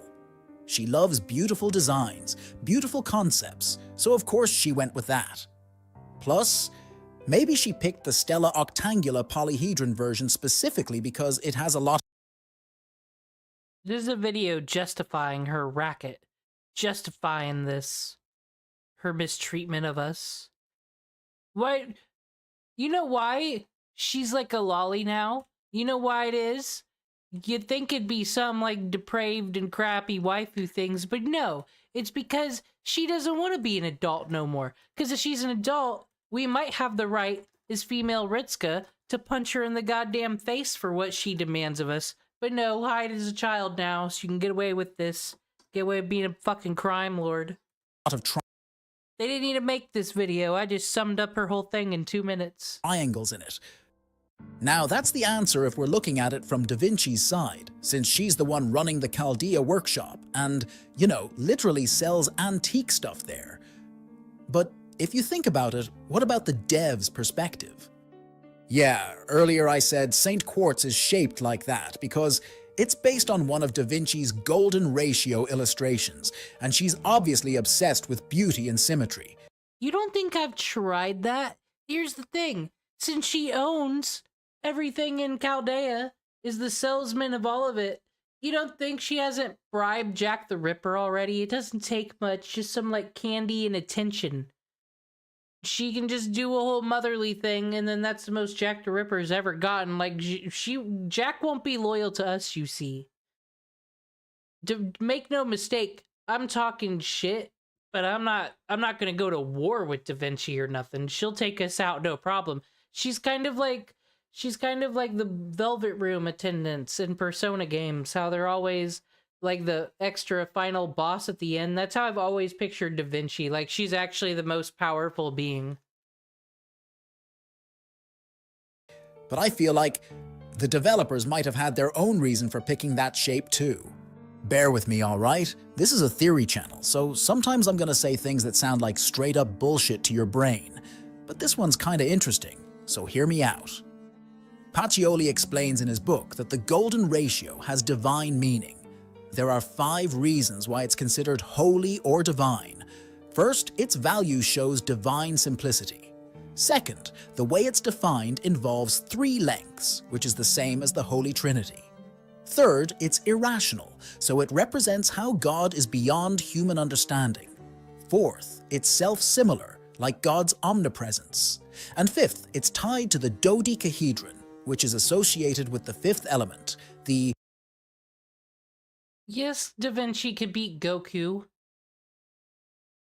She's a brain, that's all it takes sometimes. That's... Fucking Goku always gets people on his level, just fucking, I want to win the fight. They just fucking read a book, they win. Alright, so quick card.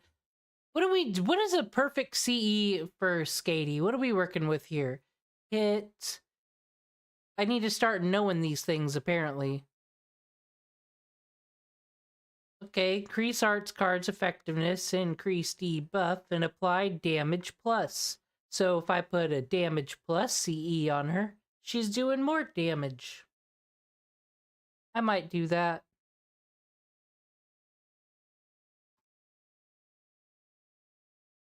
You're the damage plus girl. 400. But I cannot afford no more. Okay. Let's get the party ready. Quintessence. Now, that had some very religious-like meanings, didn't it? And in the game, we use that same triangle or polyhedron shape to summon someone back from the dead.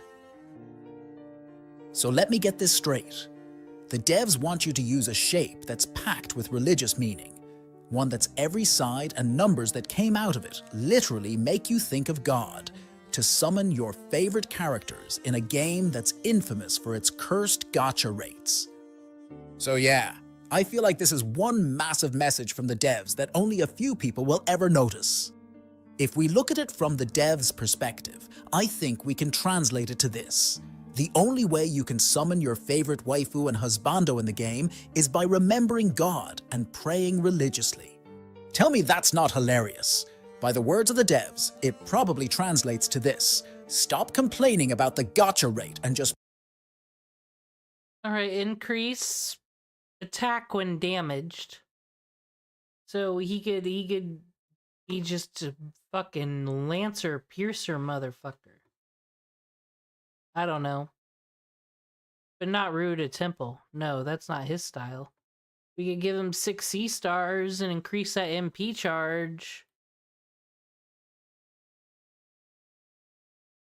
C star gather rate. Dude, there's something fun about ship posting with Fate, because I mean, look at it.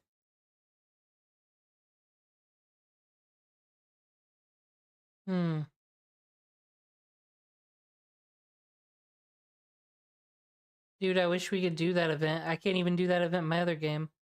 You know what? Increase MP gain. It's either gonna be that one or an attack. This is like the only good filtering system. Other than that, I hate their filter settings.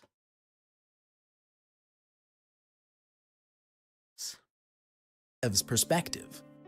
Yeah, earlier I said Saint Quartz is shaped like that because it's based on one of Da Vinci's golden ratio illustrations, and she's obviously obsessed with beauty and symmetry. But I feel like the developers might have had their own reason for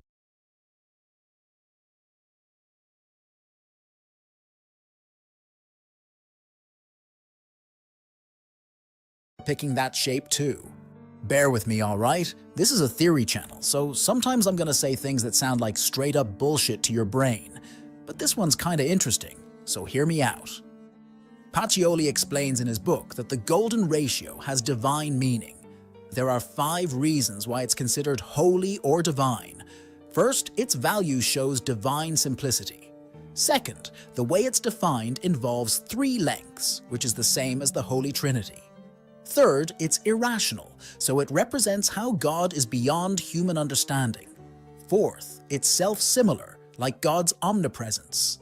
And fifth, it's tied to the dodecahedron. I want to talk about those tiny hidden jokes, clever references, or subtle details in FGO that only nerdy people ever notice. These are the kinds of things that, if you know a lot, you'll catch them. Have a good night, Kakra. So what we got going on here? We got 4 skills. This one's probably only for the event, though. She's a damage plus quick, so more of a hitter.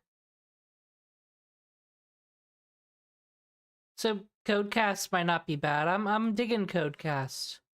The idea is let's be done in 3 turns, right? Some of this stuff is like inside jokes for geniuses. Only people who know really specific facts will get it. It's like background flexes for those in the know. Let me give you an example from another media. This one's from a TV show my little sister watches all the time, My Little Pony. There's this scene where Twilight Sparkle is thinking hard about time travel. Yeah, okay, his sister. And on the chalkboard, you see a bunch of scribbles and complicated-looking formulas. You know, the usual stuff they show when a character's doing some big brain math. But if you actually look closely, that formula on the board is real. It's an actual time dilation equation. Crazy, right? The show's target audience is clearly kindergarten or elementary school kids. And yet, they threw in a legit scientific detail that only a few nerdy adults who specialize in physics would recognize. No one really had to put that in, but someone did anyway, and only a few people would even notice or appreciate it. That's what makes it fun. This series actually has a bunch of clever little details like that. And since most of us don't notice them, they just fly right over our heads. But today, I'm gonna point them out, so you don't miss all the genius-level Easter eggs hiding in plain sight. Oh, and by the way, I have some other videos like this from a while back. It's kinda old, so the editing might be a bit wonky, but it's still fun to watch. I also have other theory videos you might enjoy. You can click the link in the corner. I already put them all in a playlist to make it easier. Now, while we're on the topic of Da Vinci, let's talk about the iconic paintings remade into craft essences in the game. Of course, we've all seen the Mona Lisa and Bella Lisa CEs. Straight up Ooh, this is the one that gets you extra QP, I know that. references to Leonardo da Vinci's iconic painting Mona Lisa. And yeah, you might think that's the only famous artwork reference in FGO, right? I mean, that painting is literally everywhere, so it makes sense. But let me show you a few more that you might have totally missed. And honestly, some of them are kinda surprising. Have you ever pulled the Holy Maiden leading Chaldea craft essence?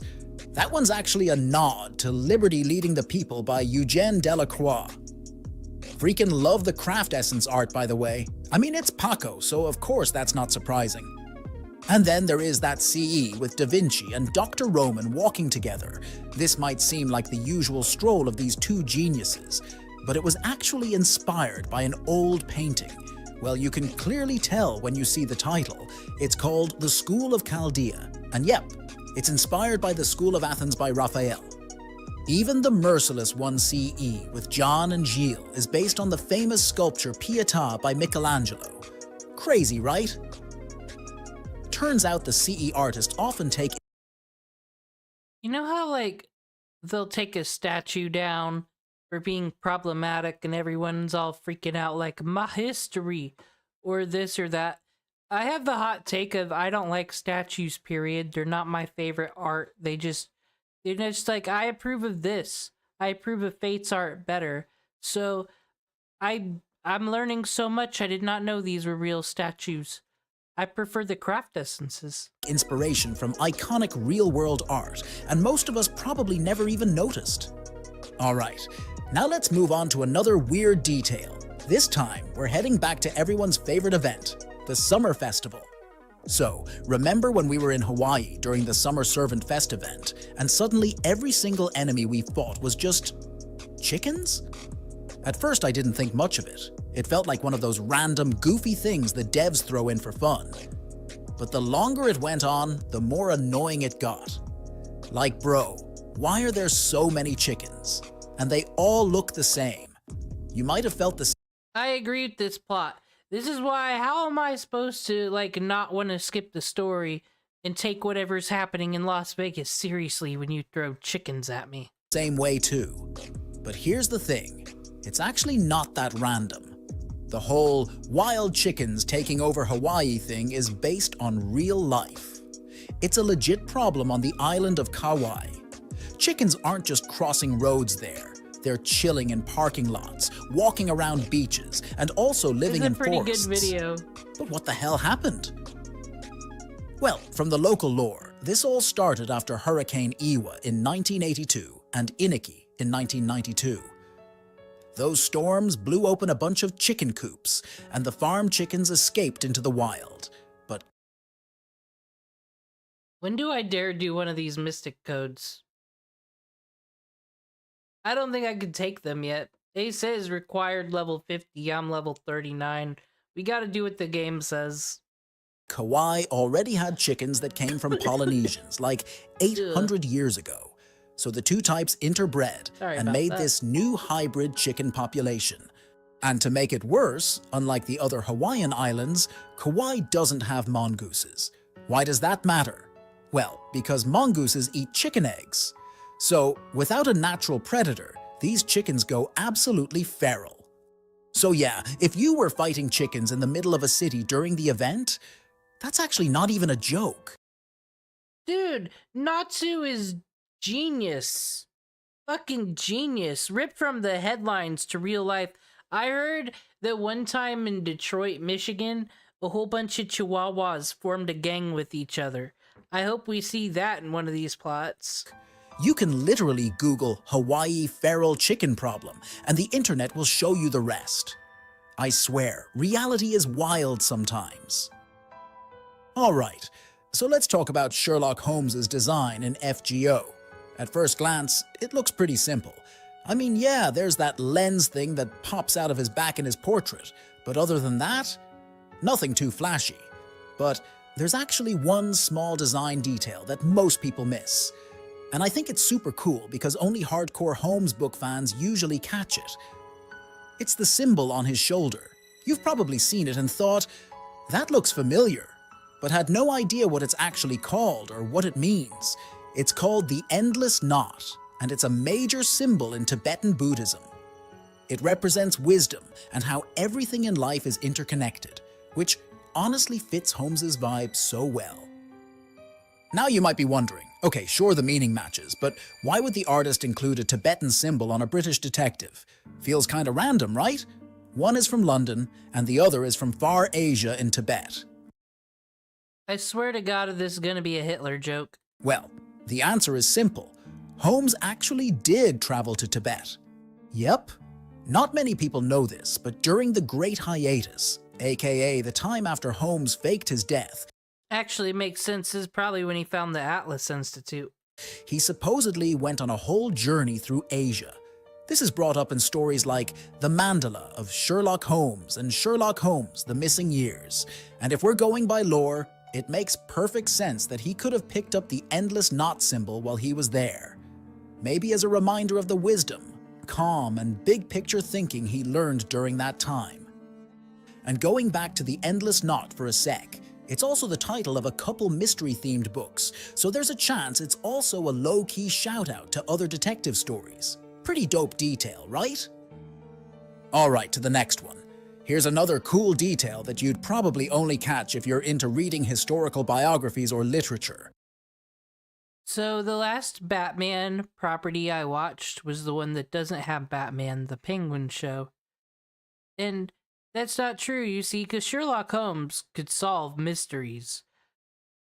This Sophia Falcone episode 1 already solved the mystery of who killed her brother pretty much, and I was like, oh my god, world's greatest detective. If only she wasn't using her power for evil. That's all. I just want everyone to know I was on Team Sophia Falcone for District Attorney in Gotham. Let's go. Toa Azuma, the artist behind Qin Shi Huang and FGO, actually dropped some pretty wild insight during the Road to 7 Memorial Illustration event. She said her design for Qin Shi Huang and the Lost Belt arc ended up kind of matching how Borges described him in The Wall and the books, aka La Muralla y los Libros. And before we go on, quick background. Jorge Luis Borges was an Argentine writer, poet, essayist, and overall literary legend. He's super influential in both Spanish and global literature. Now, his essay about Chinese history and the Great Wall was originally written in Spanish and has a bunch of different translations, so let me simplify it a bit so it's easier to digest. In that piece, Borges basically says that the Great Wall of China was built by scholars who had been branded as criminals, people who tried to preserve knowledge. It was all part of Qin Shi Huang's mission to burn the I thought it was built to keep them Huns out. Was I lied to in the Mulan movie? books and erase China's past, making the wall itself a physical symbol of that erasure. And then Borges adds this chilling idea. Just like how Qin Shi Huang wiped out the past, one day someone will come along and destroy his wall, erasing him in return. That person will be like his shadow, or even his mirror. Now, Toa Azuma read that and was like, wait, that's exactly what happens in FGO's Lost Belt story. She said it really hit her how deep the subtext was while she was designing Qin Shi Huang. And honestly, it's kind of mind-blowing. Think about it. Borges saw the Great Wall as a way to erase stories that didn't fit the ruler's version of history.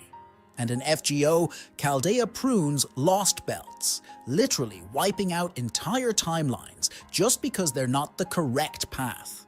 So in both cases, it's about erasing what doesn't belong. But just like in Borges' essay, all those erased memories and stories might not stay buried. they might come back to haunt the people who tried to forget them. Alright, this is going to be the last one because the video's already getting kinda long. Might drop a part 2 if there's more to cover later on. So, during the board game of the Apocalypse event, there's this really cool moment where Mozart casually references one of his most iconic I missed a board game event? Duh! pieces, the Queen of the Night aria. Now that moment alone is already a nice nod to classical music, but what makes it even more interesting is what happens next. Voyager suddenly jumps in and says he knows that song. At first glance, you might think there's nothing really special behind it. I mean, who doesn't know Mozart's song? But here's the fun part. If you don't know the background behind Voyager's journey into space, you might miss why this moment is low-key brilliant.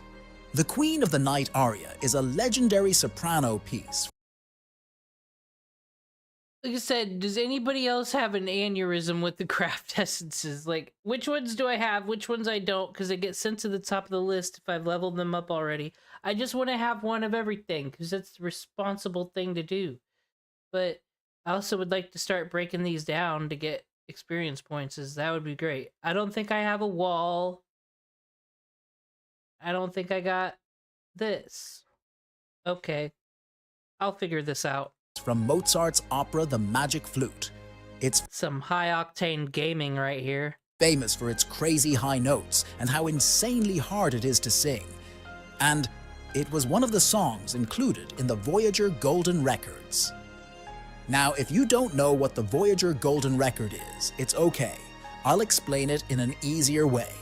The Voyager Golden Records were basically these space mixtapes launched into space back in 1977 with the Voyager satellites.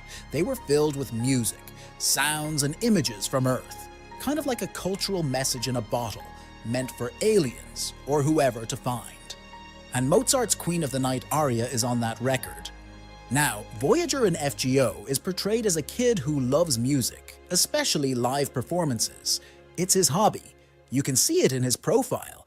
That means ever since he was launched into space, he's been vibing to kinds of music from Earth, including Mozart's works. That's why he looks a little hyped when Mozart mentions the song. Pretty cool, right? That is pretty cool. They do their homework. That kind of detail is something only people who really know the backstory of the Voyager space probe would catch. Like, maybe only 1 or 2 people would actually understand why Voyager had that little hype reaction. But they still put it in. I love it when FGO slips in stuff like this.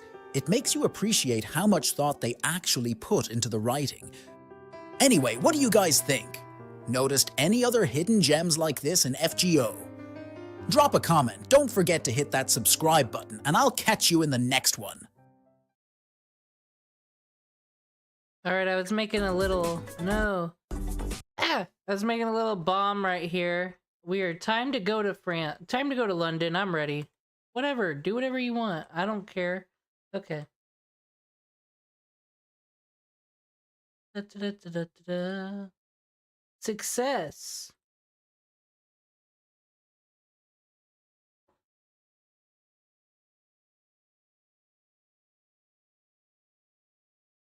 Get some music back going. Not Sonic music, though. We already tapped that. Can you believe all those polls? Oh my gosh. I don't even believe it still.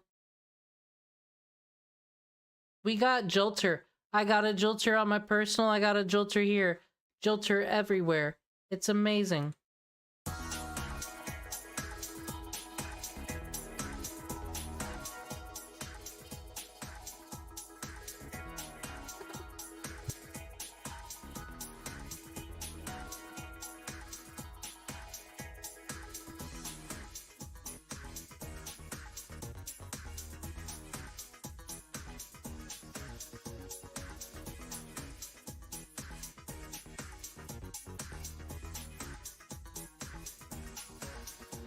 All right.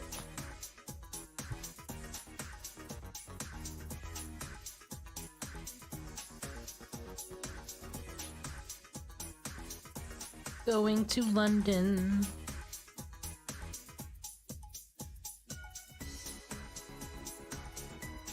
Aw, this is the perfect music for this. Ah, the fog's coming in, but it's okay, cause Junes is open. Only that. All this time, something's been chasing me all this time. Savings. I'm sorry. When did you get in front of me?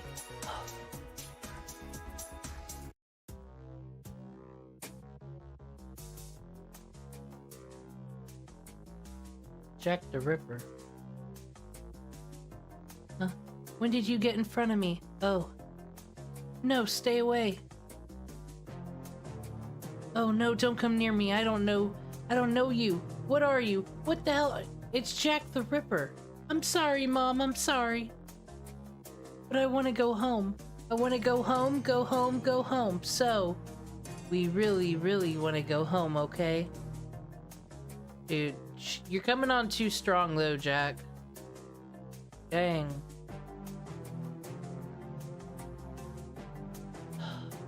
Mash. Every morning with this. Every gosh dang morning. You're all in my business asking me how I slept. I had a scary dream that we went to the beach and that's all we were supposed to do was relax and get some sun, and you all just had to be so extra. The dream was like a horror movie. I see, that's good to hear. No, it's nothing. The meeting's about to start. So let's go to the control room. Meeting between who? There's like 4 people here, and Da Vinci just wants to get money off us. That's all she ever fucking wants. Oh, Dr. Roman, hi. Good morning, everybody. Good timing. We just finished prepping. Let's start with the analysis of information from last time. You got a skatey. That's pretty cool. No way you got any more 5-star. You got Jalter and Medusa? Girl, what's your secret? Find your flame, Dr. Roman, duh. That's right, let me start with the result. There was nothing wrong with King Solomon's era. It was the best era. I can attest to that. Singularities could not be observed around the 10th century BC. Basically what that means is...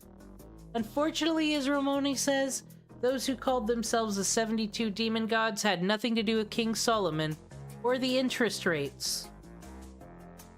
Yeah, you would say that. Don't want us looking into your books. But how do I put it? Think of it like a mystery novel, one where the suspect's alibi stands. King Solomon had used the 72 demon gods. We definitely would have detected it. Or at least seen signs that he released his 72 demon gods toward the future from the 10th century BC. Which means his era remains part of the correct human history. Therefore, Lev Leaner, you know Lev, and those calling themselves demon gods appeared from a completely different era. So King Solomon had nothing to do with them. Well, of course. That's not the case of King Solomon. Oh my gosh, guys. I just came here to talk to Dr. Roman about how his day's been, and how lovely he looks, and how good his hair is, and would he like some muffins? But no, don't ever let me have a private conversation with him or nothing. Wonder why that is. Jealousy, they know I'd be the one. I'd stop all this from happening. I'd be like, you don't even need to be King Solomon, Romani. I got this. They're just in my way. Mash, you're becoming the enemy. Even if he was so in life. Whatever, I'm not even... We get it, Mash. It must be so hard being a homunculus that's gonna die at age 18. God, get over yourself. Other people have problems too. Like, Fu. Like, humanity's been incinerated. We can't go to PetSmart to feed him, Mash. You know what? Romoni... Dr. Roman, please. Talking to Da Vinci. Not me. You know what? I'll catch you later. They just won't let me talk to him. That's fine.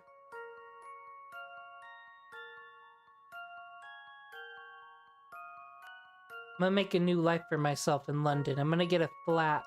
I'm gonna be a city girl. My new servants. I don't even need MASH. If it wasn't for Cost Zero, I wouldn't trust her no more. Alright. We don't need no skatey. We got our own. Merlin! Hello.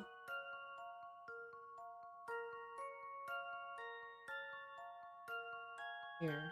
I'll take Merlin because he's cool. I'll take her because she's also cool. You're not allowed to be here. You gotta be Gareth now.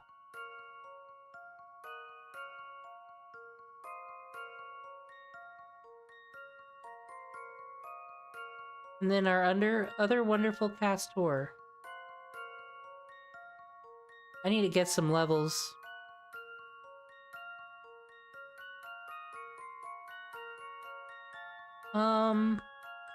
Damage plus what we're doing with her.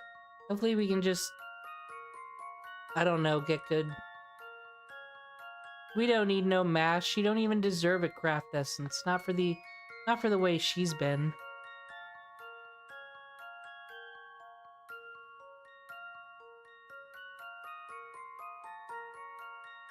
Gray shift successful. It seems we can't see very well in our current conditions. Did you say you were gonna get a flat out here, Demon Cringe? You can't do that. Do you know what rent is in this part of London? MASH, have you seen this fog? No way is it good. Like, there's obviously, like, an air problem. The elderly and children can't live here. Actually, Demon Cringe, this is just London on any other day. This is how it is in England.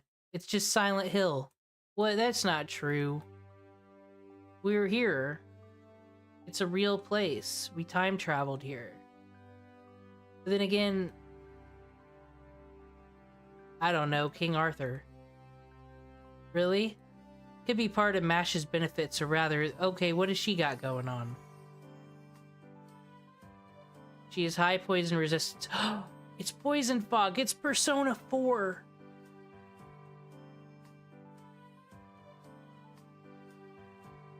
Poison resistant skill temporary. Temporary it is. For now, London is turned into a city of death enveloped by a magical... Okay, maybe it wasn't a good weekend to move here. How does it look around there? Do you see any victims?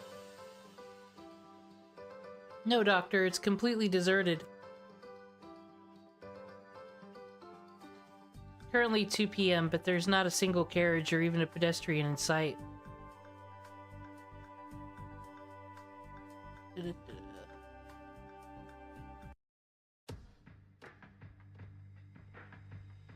I don't see any victims. There's just nobody here. It's like an abandoned city. Also, as far as we can see from the street, all the doors and the windows of the buildings are shut tight. After people started falling victim to the fog, their survivors must have taken refuge indoors. I've also detected multiple life readings in surrounding buildings. They're likely survivors. No doubt they're in trouble of being trapped indoors. Let's do what we can, but I moved all my stuff here. I got a U-Haul and everything, and now you're saying there's another Holy Grail? I was being serious, guys. I was moving out. And there's this other issue we need to talk about, Dr. Roman. Like, since humanity is incinerated, we're like the last people in the world right now. Am I getting paid? Like, do I get that salary? That's still happening, right? She's here. Who the hell are you guys? You're breathing in a place with that dense fog without croaking. You obviously aren't ordinary humans. So which is it, friend or foe? I could ask the same question, Doctor. Is she human or maybe? I see, I'm also wondering the same. There's too much magical energy in the area. I can't get a clear reading. Dude, it's Mordred. Thought things would get easier since we're limited to a city. This has gotten quite troublesome. Yo, you know what? You're right. We owe our soul to the company store. Da Vinci's the one paying us, and then she's the one taking it back. That's just Mordred. Are you hearing this? What do you think? What do you think, Mordred, about the economy of Caldelia? Yeah, well, see ya. Yeah, she fucking knows. She probably thinks we're a whole bunch of scammers because of guilt by association. I'm gonna fucking go hang out with her. Maybe she knows a non-poisonous part of town to move to.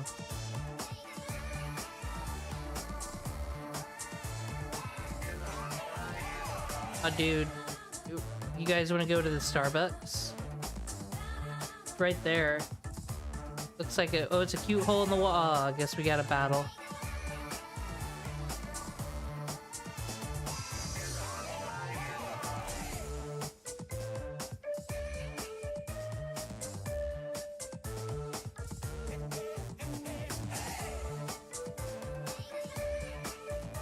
Oh, dude. The Macy's mannequins on parade. Now last we learned, open up with Buster and end with arts. It's true.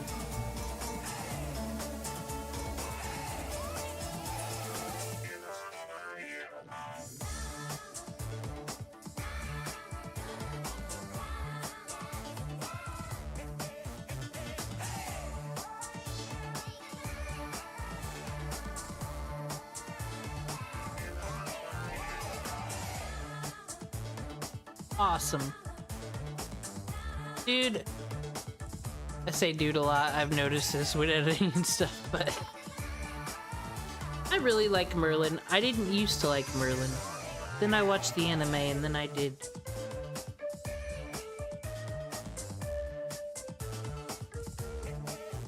Too bad he's a grand servant and he's too good for all of us. Definitely been too good for me to ever pull when it matters. Maybe I should... I mean, have I failed in rolling a 5-star in this game yet? No, I have not. Maybe it'll happen. It could happen.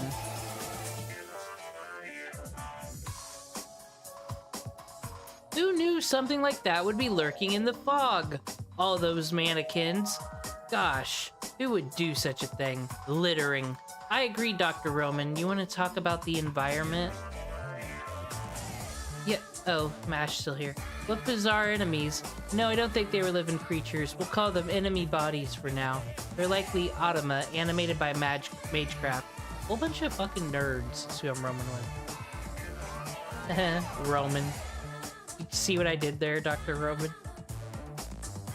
Now that's a funny name.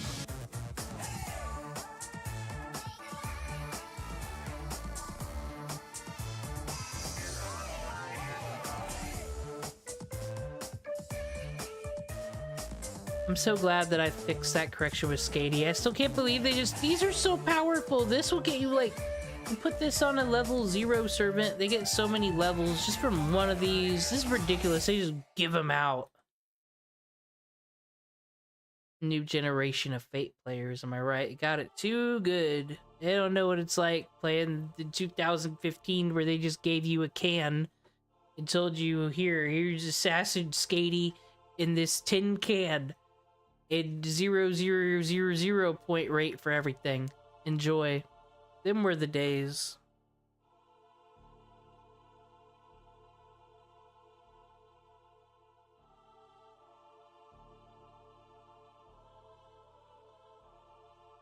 Merlin, my boy. The Knight of Aluminum. Detecting multiple entities. Here they come. They're around the... Fucking Heartless coming? Dude.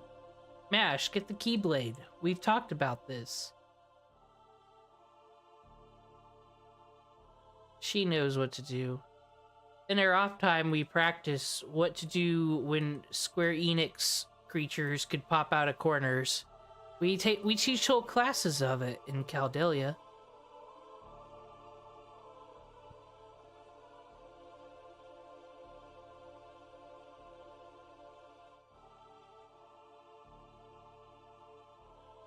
This looks like a Kingdom Hearts crew right here.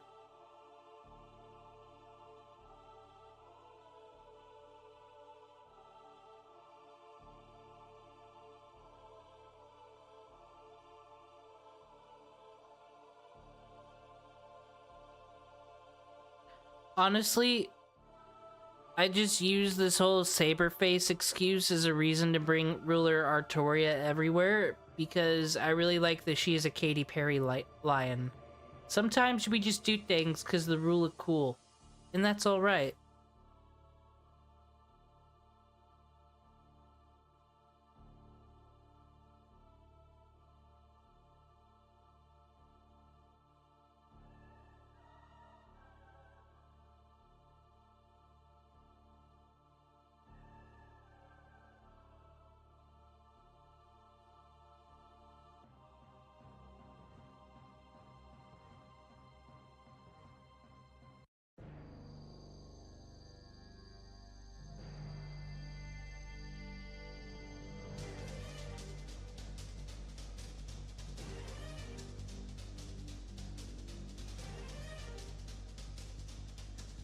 But you always gotta go for the quick chain when it comes your way, right? It's just ignorant not to.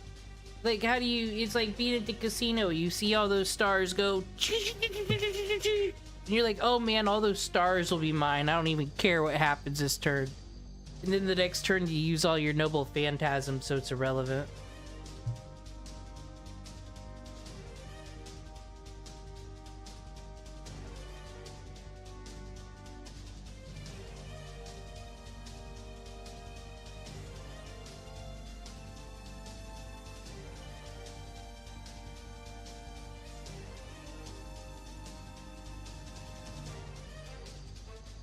Dude, Merlin is gonna increase our Noble Phantasm, and we're gonna use Skady's Noble Phantasm for the first time. Everybody get this scrapbook out, because I'm sure it'll be one of many. This is our first, though. It's an occasion. It doesn't matter that we're gonna use it on a robot with 9,000 HP. It's a special occasion. Remember where you were the first time this Skady... Well, she actually won't be using her Noble Phantasm because her NP gauge isn't filled. So never mind, but get the camera fucking ready. We can use Royal Bunny, though. That's always fun, right? People like watching bunny girls. Cool.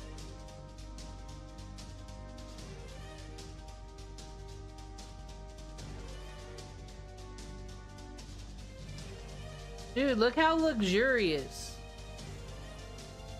Heavy is the crown, am I right?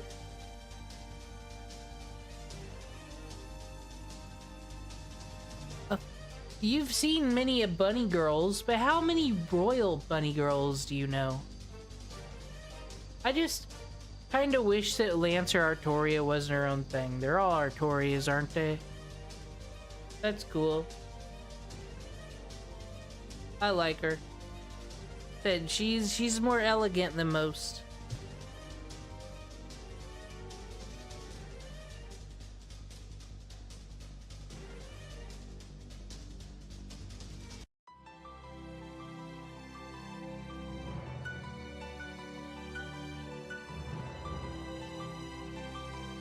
Ah. You know? Did you know that during his Noble Phantasm, Unlimited Blade Works also plays a different version? The one, it's pretty good, that's all. I'm just gonna spaz out about that for a second.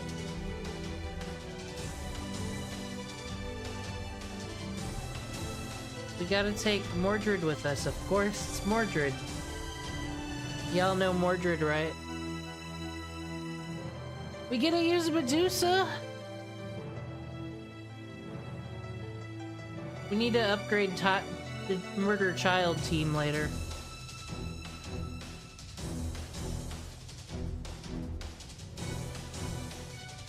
Alright, this'll work.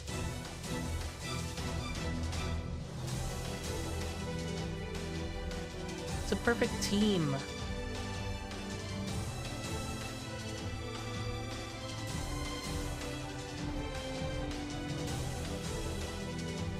Dr. Roman, why are you... You're being cringe. Good, let's go to the next battle. Just being a cringe lord, some would say.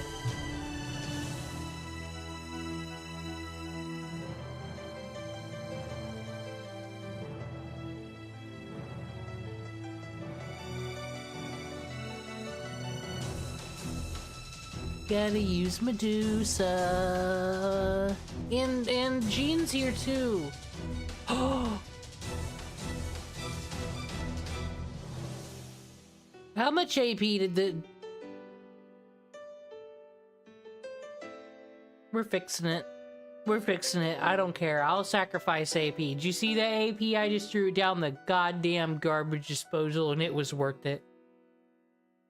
Don't put that on my screen. Don't put Medusa looking like that on my screen. 8 AP. Flushed it down the toilet, I did. And it was worth it. Repulsive. That's what that was.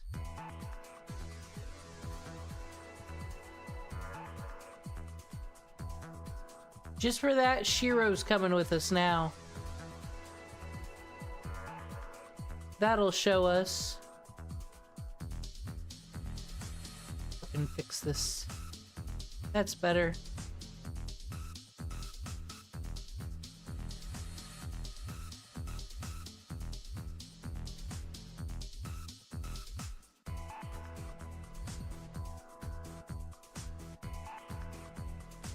This is why, because I didn't want to look at Medusa looking like that. And I need to put these stupid teapots on. If I don't do it now, I will never remember. There we go. Got 13 of them. This crew deserves it.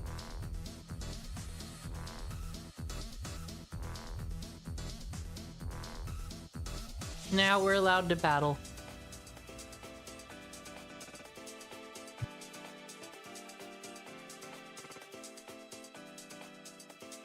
This is gonna be so much better.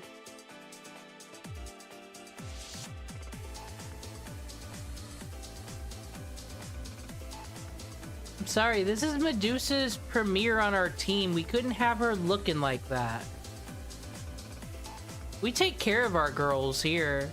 I'm like the greatest master of all time. By that I mean I'm just gonna willy-nilly hit Noble Phantasm up on everybody because I'm just like that.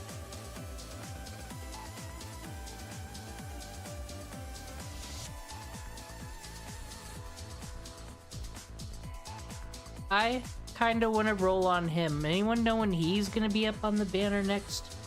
I'm just gonna call him Shiro. I mean, that's not Shinji Muru Masase. It's not true.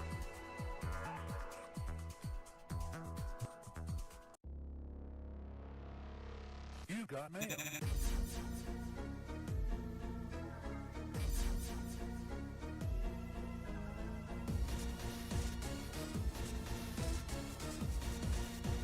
Well, Shiro, you're kind of stealing all the clout for yourself there. Medusa's new here. Oh man. Animations. Oh, hit. Oh, that's good hit. I probably don't. She's cool. Bestie. Best saber. Way better than that fucking Frankenstein saber. I said it. Time to premiere her Noble Phantasm. Let's go.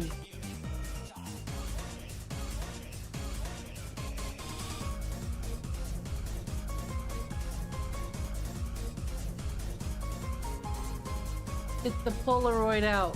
Hey, quick up. Oh, fucking, she's got a dagger. And not just a Walmart dagger. It's also a Keyblade. Deathclock Keyblade. Oh, I said earlier her second ascension's like Aegis. That the kind of is Aegis's persona there. Well, I mean Greek. We know the Greek gods are aliens. It all makes sense. That was a lovely battle.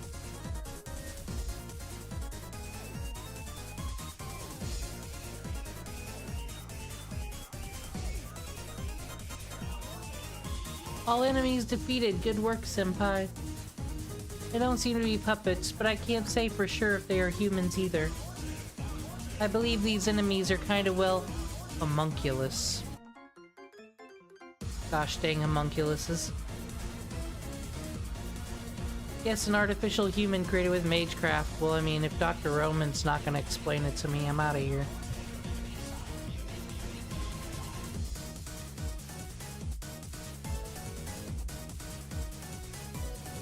We're never gonna get to do the Mystic Eye event if we read all this. What is not to want from me?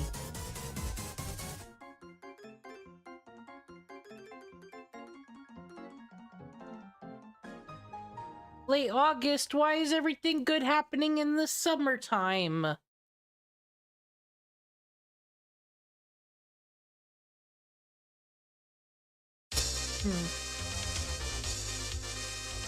Alright. We need our saber. We're taking Waver. I have not used Waver once this playthrough.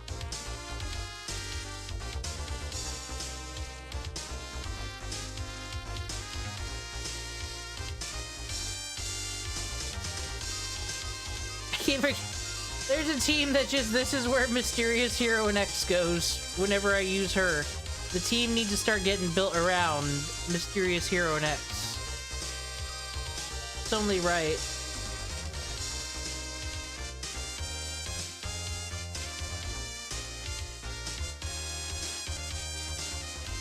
Actually, we're gonna use a saber.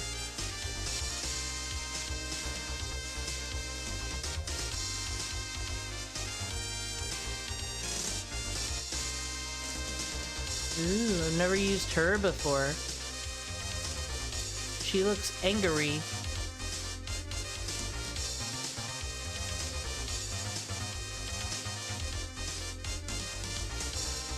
Musashi would be worth rolling for.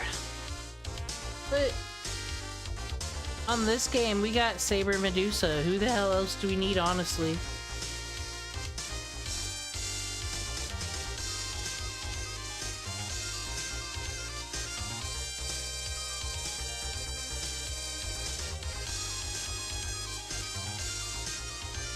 She's a fucking Majin Saber, dude. She's gonna turn you into candy and destroy the earth. This is no joke. Why did these mannequins think they could even come at us? What fools, am I right?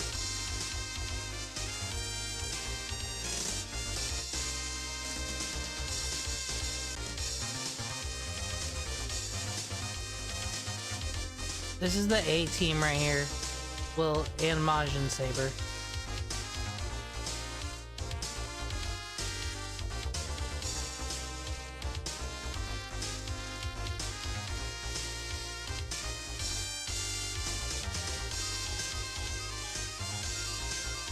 And I mean what I say, I just really like Ruler Arturia. I don't know if it's just as simple as the bunny ears. But I'm glad she's here with her Katy Perry lion. Said the only complaint I have is her cards look too like Uno wild cards from far away for my liking.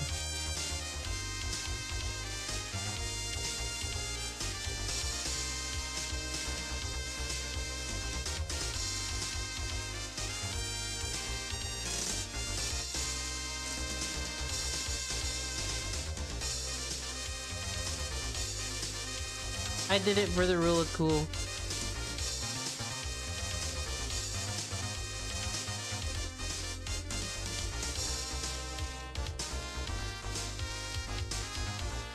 Now she's got so many cards, though. Know what to do. Kill one turn, please. Or don't. Or don't. What is that? Arturia, why'd you not kill in one turn? What's the point of all this stars? What have you been doing with these stars? Bringing them home to your family to support them or something? No, we've got battles to do. Stop this. You fucking pulled a Nuno reverse card on goddamn being useful. I didn't mean it, Artur. I take it back.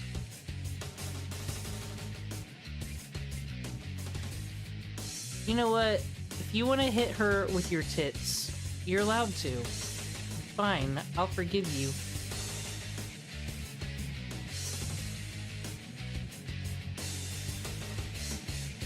Yeah, get on your yacht. It's a free drink every time you use a noble phantasm if you think about it.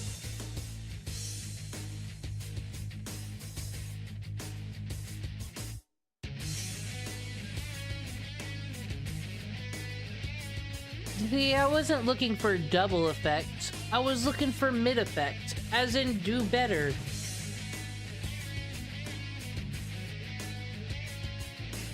But that's okay.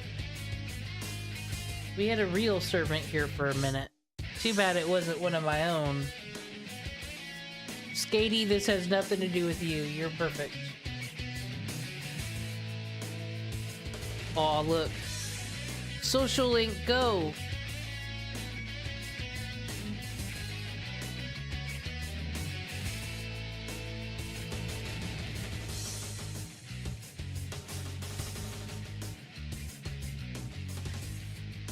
I hope we get to run into Mordred again. I hear that Mr. Hyde and Jekyll hang out on this street.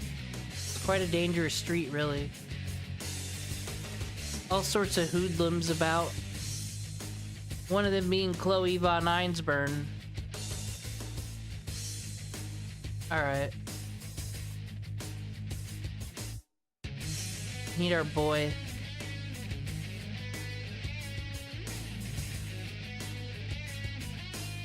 Did I not set the boy up on a team? Oh my gosh. Elizabeth Bathory, you're not allowed to be here anymore. People are gonna start saying things. Alright, now if you were Gilgamesh, what craft essence would you use? I think MP gain up's pretty good for him. You know what, El Gandar, he deserves it. Mash, don't even look at me. Does anyone want to generate sea stars? We'll let Skatey do that. We'll make the perfect team if we believe. Okay though, but will you keep getting sea stars? Just 10 at a time. That's no fun. Let's just drop more, period. How about that?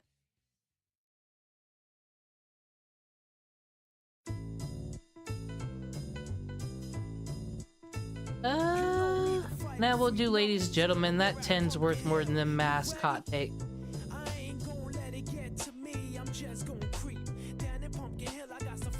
Smash, you know what my problem with you is. It's that, I'm not gonna lie, I do have a crush on Dr. Roman. He does the whole man bun thing. And, like, if he's always worried about you and I don't want to, like, interfere with your relationship with him and whatnot, that'd just be rude. But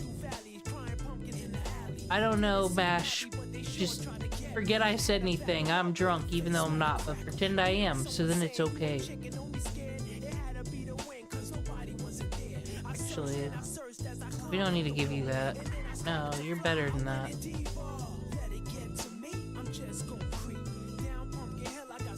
If you guys were Berserker, Jalter.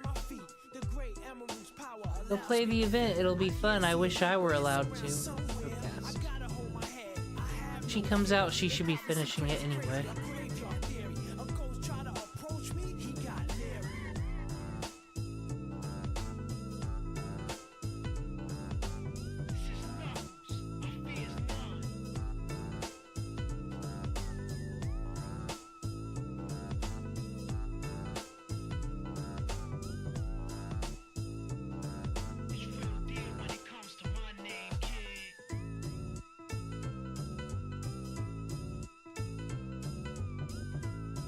Mordred.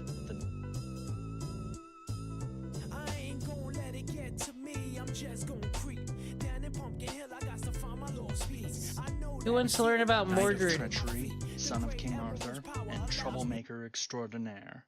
But what about the Mordred of Fate Grand Order? How well I'm gonna does she blast compare through to some her of these mythological battles. counterpart? and what grade would I give her depiction? Let's do this. Mordred is a Saber class servant, which is a solid pick for her despite Mordred's more volatile nature. Mordred, as she is depicted in the Fate franchise, has always been something of a blend between a Saber and a Berserker, a sword wielder who fights very aggressively and who often lets her anger fuel her actions. Now for the mythical Mordred, Saber is very much a solid choice, notably making use of the sword Clarent which he stole from King Arthur. And while this digs into characterization a bit, Mordred was often depicted as being brutal and violent in comparison to the other Round Table knights, which is actually kinda scary. Many of them, particularly Lancelot, were no strangers to chopping people up. In any case, Saber is a solid choice for Mordred. Getting into character design, we get to start with gender because Mordred has been flipped in the Fate franchise. Though don't let her hear you say that, she has a bit of a complex about it. Now, What is Crazy Yuri's avatar supposed to be? Is that a servant, a Genshin Impact character? Who are you, Crazy Yuri? Why must you speak through that? This still anime PNG. Who are you?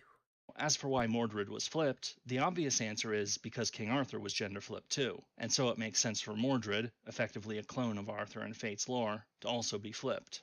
But that isn't the whole story. Apparently Mordred originally was going to be a man with an ambiguous gender identity, but Fate Apocrypha already had Astolfo. The creators thought that having two characters like that making their debut in the same series would be a bit much, and so Mordred was made female, though being very much a tomboy with her own identity issues. So gender swapped because of uncertainty about how fans would accept two ambiguous characters in the same series? I have questions about that, but let's just set that aside. For my part, Crazy Yuri is a fucking journalist. I have questions about this too. I wouldn't change it in the world because I love her storyline in Apocrypha. But why gender swap? Why? I prefer my own answer that Mordred was flipped because Arthur was flipped already. But since we are on the subject, let's talk about Mordred's complex relationship with gender. On the one hand, Mordred hates being thought of as a woman, to the point of putting a sword to her master's neck the first time he brings it up, and threatening to kill him if he did so again. The root of this issue seems to be that Mordred didn't exactly have any good female role models in her life, since her mother was Morgan. Now I did do a video on Morgan, but the servant Morgan is the one from the Lost Belt, rather than the proper history one who raised Mordred. By all accounts, Morgan was a terrible parent, treating her children like tools to use in her schemes to overthrow King Arthur. As a result, some of her children, thinking all women were like that, grew up with not the most positive image of them, as Agravain rather famously expressed in the Camelot Singularity. But Mordred is still a woman, and so doesn't like being treated as a man either. This will come up many more times, but Mordred often struggles with a sense of belonging, not really feeling at home anywhere until she finds people who are able to accept her as she is.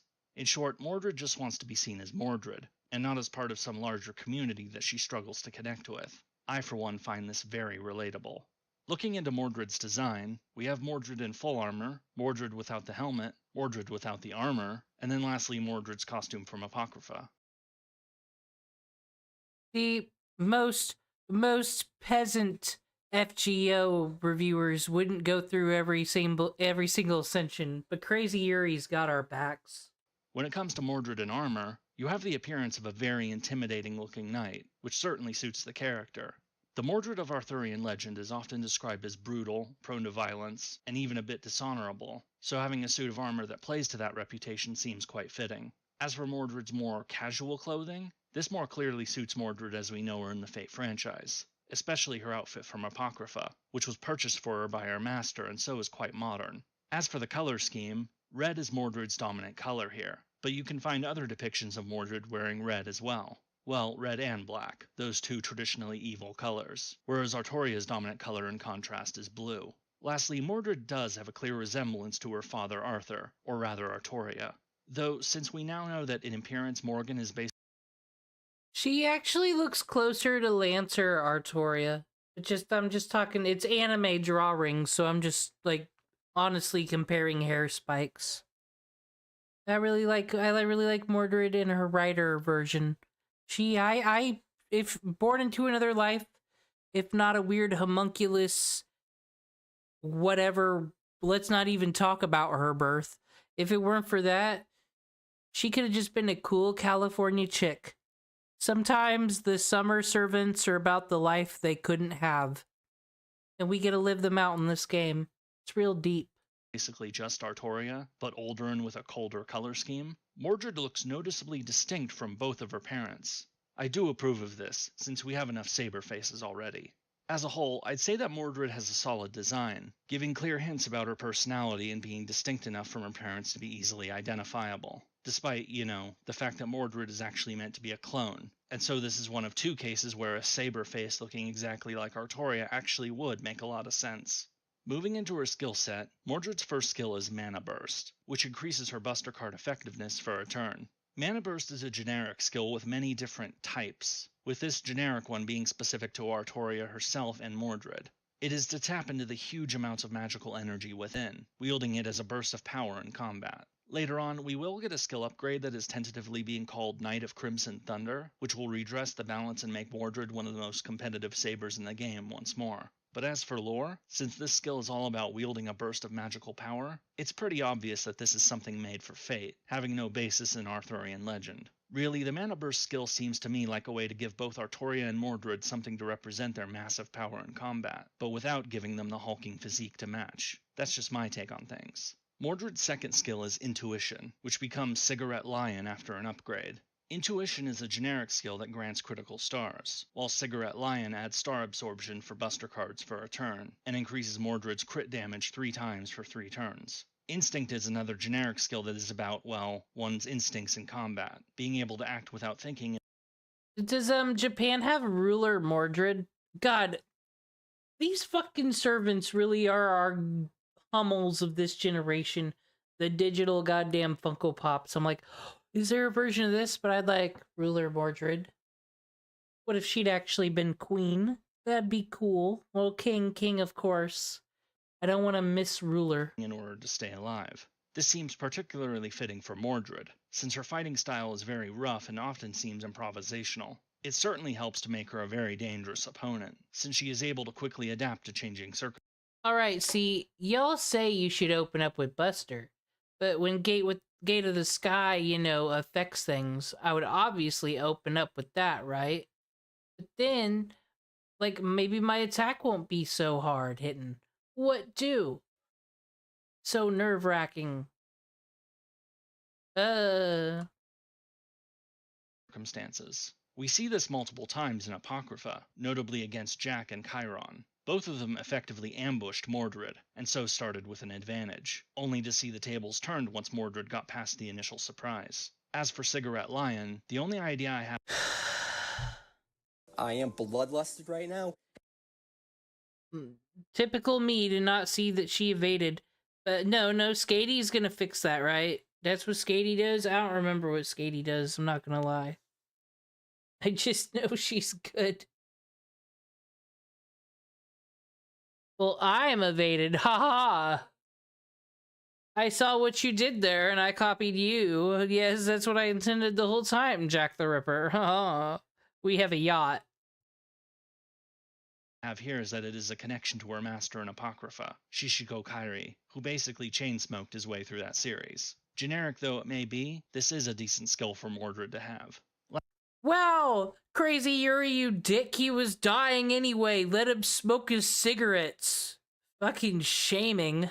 Lastly, Mordred's third skill is Secret of Pedigree, which charges her MP up to 30%, removes all debuffs, and increases her defense for a turn. Now normally this is actually one of Jack didn't kill me 'cause I'm a good person. That's why.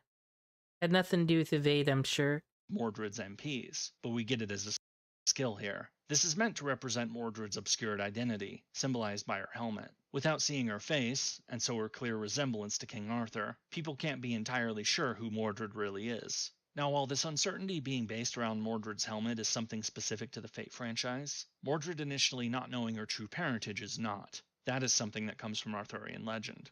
Now, whether or not this should really be a special skill, I don't really think so.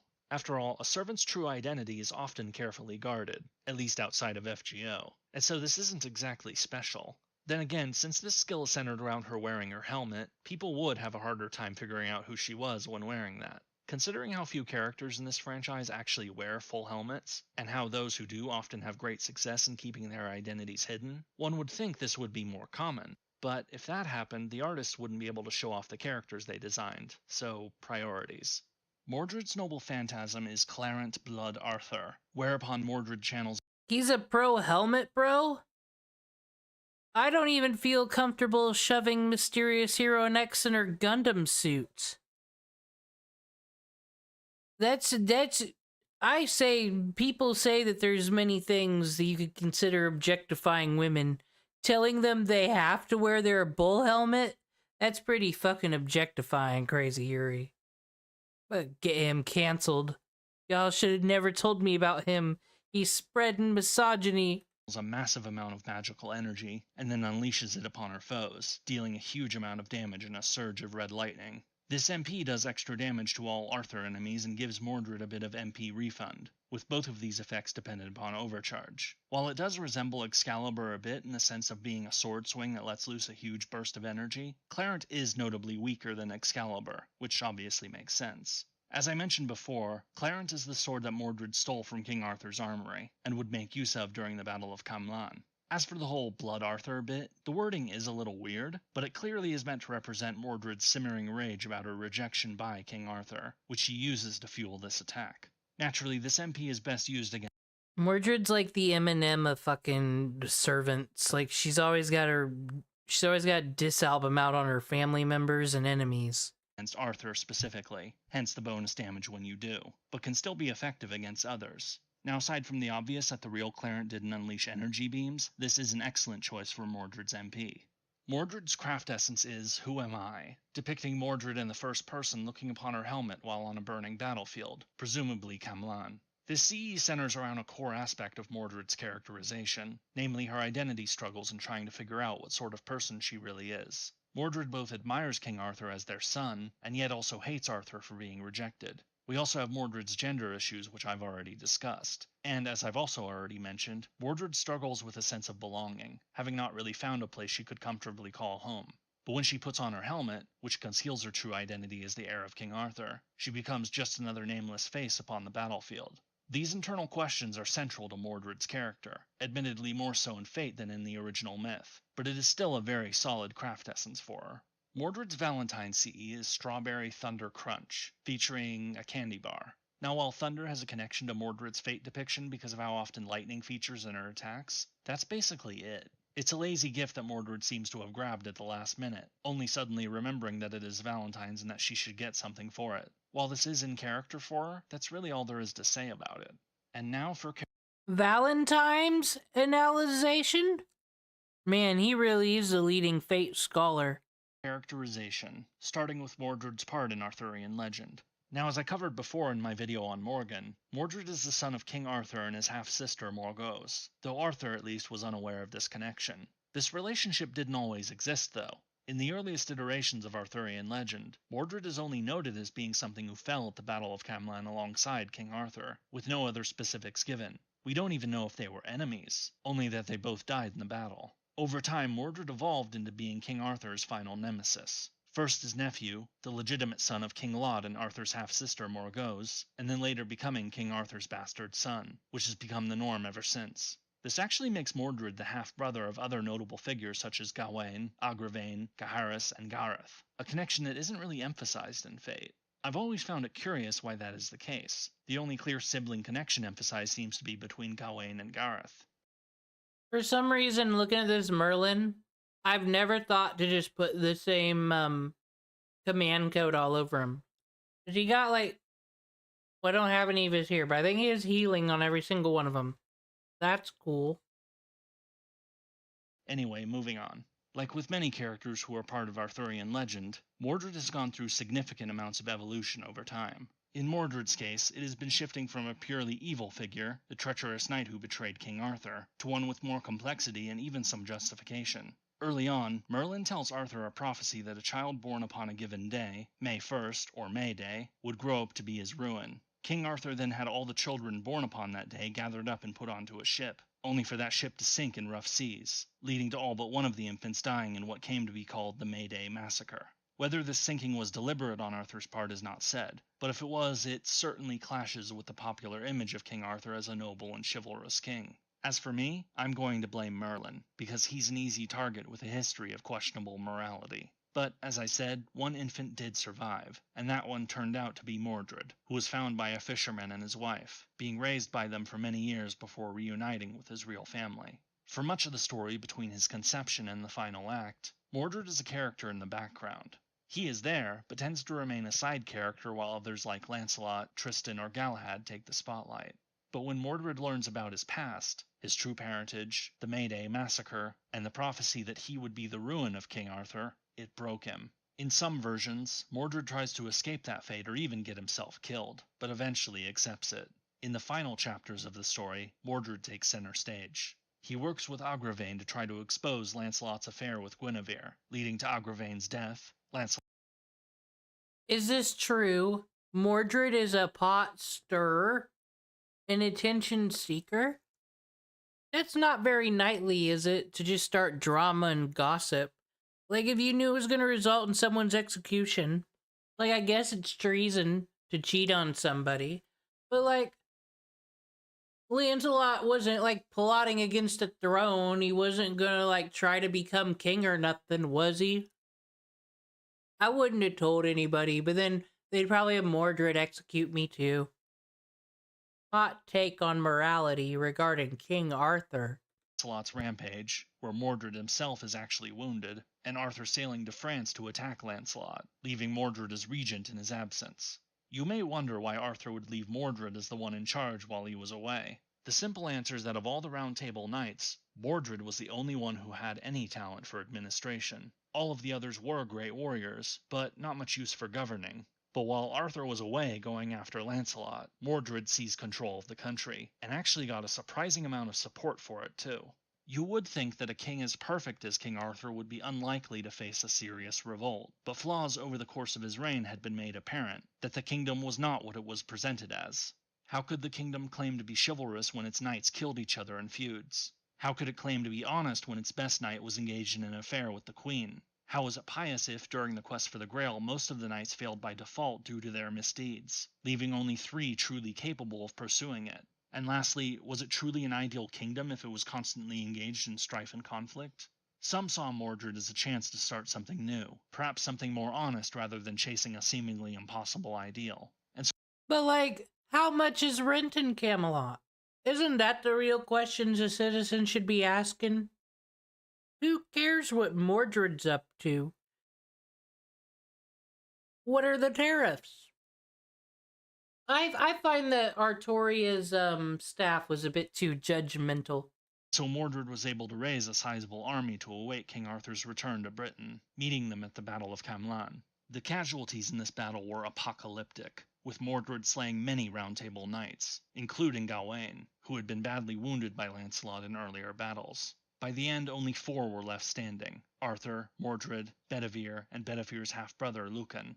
Arthur and Mordred faced off, with Arthur running Mordred through with the lance Rhongomyniad, only for Mordred to drag himself forward upon the lance and give Arthur a severe head wound. With Lucan expiring of his own wounds, Bedivere was the only one left to attend to the mortally wounded king, but that is a story for another video.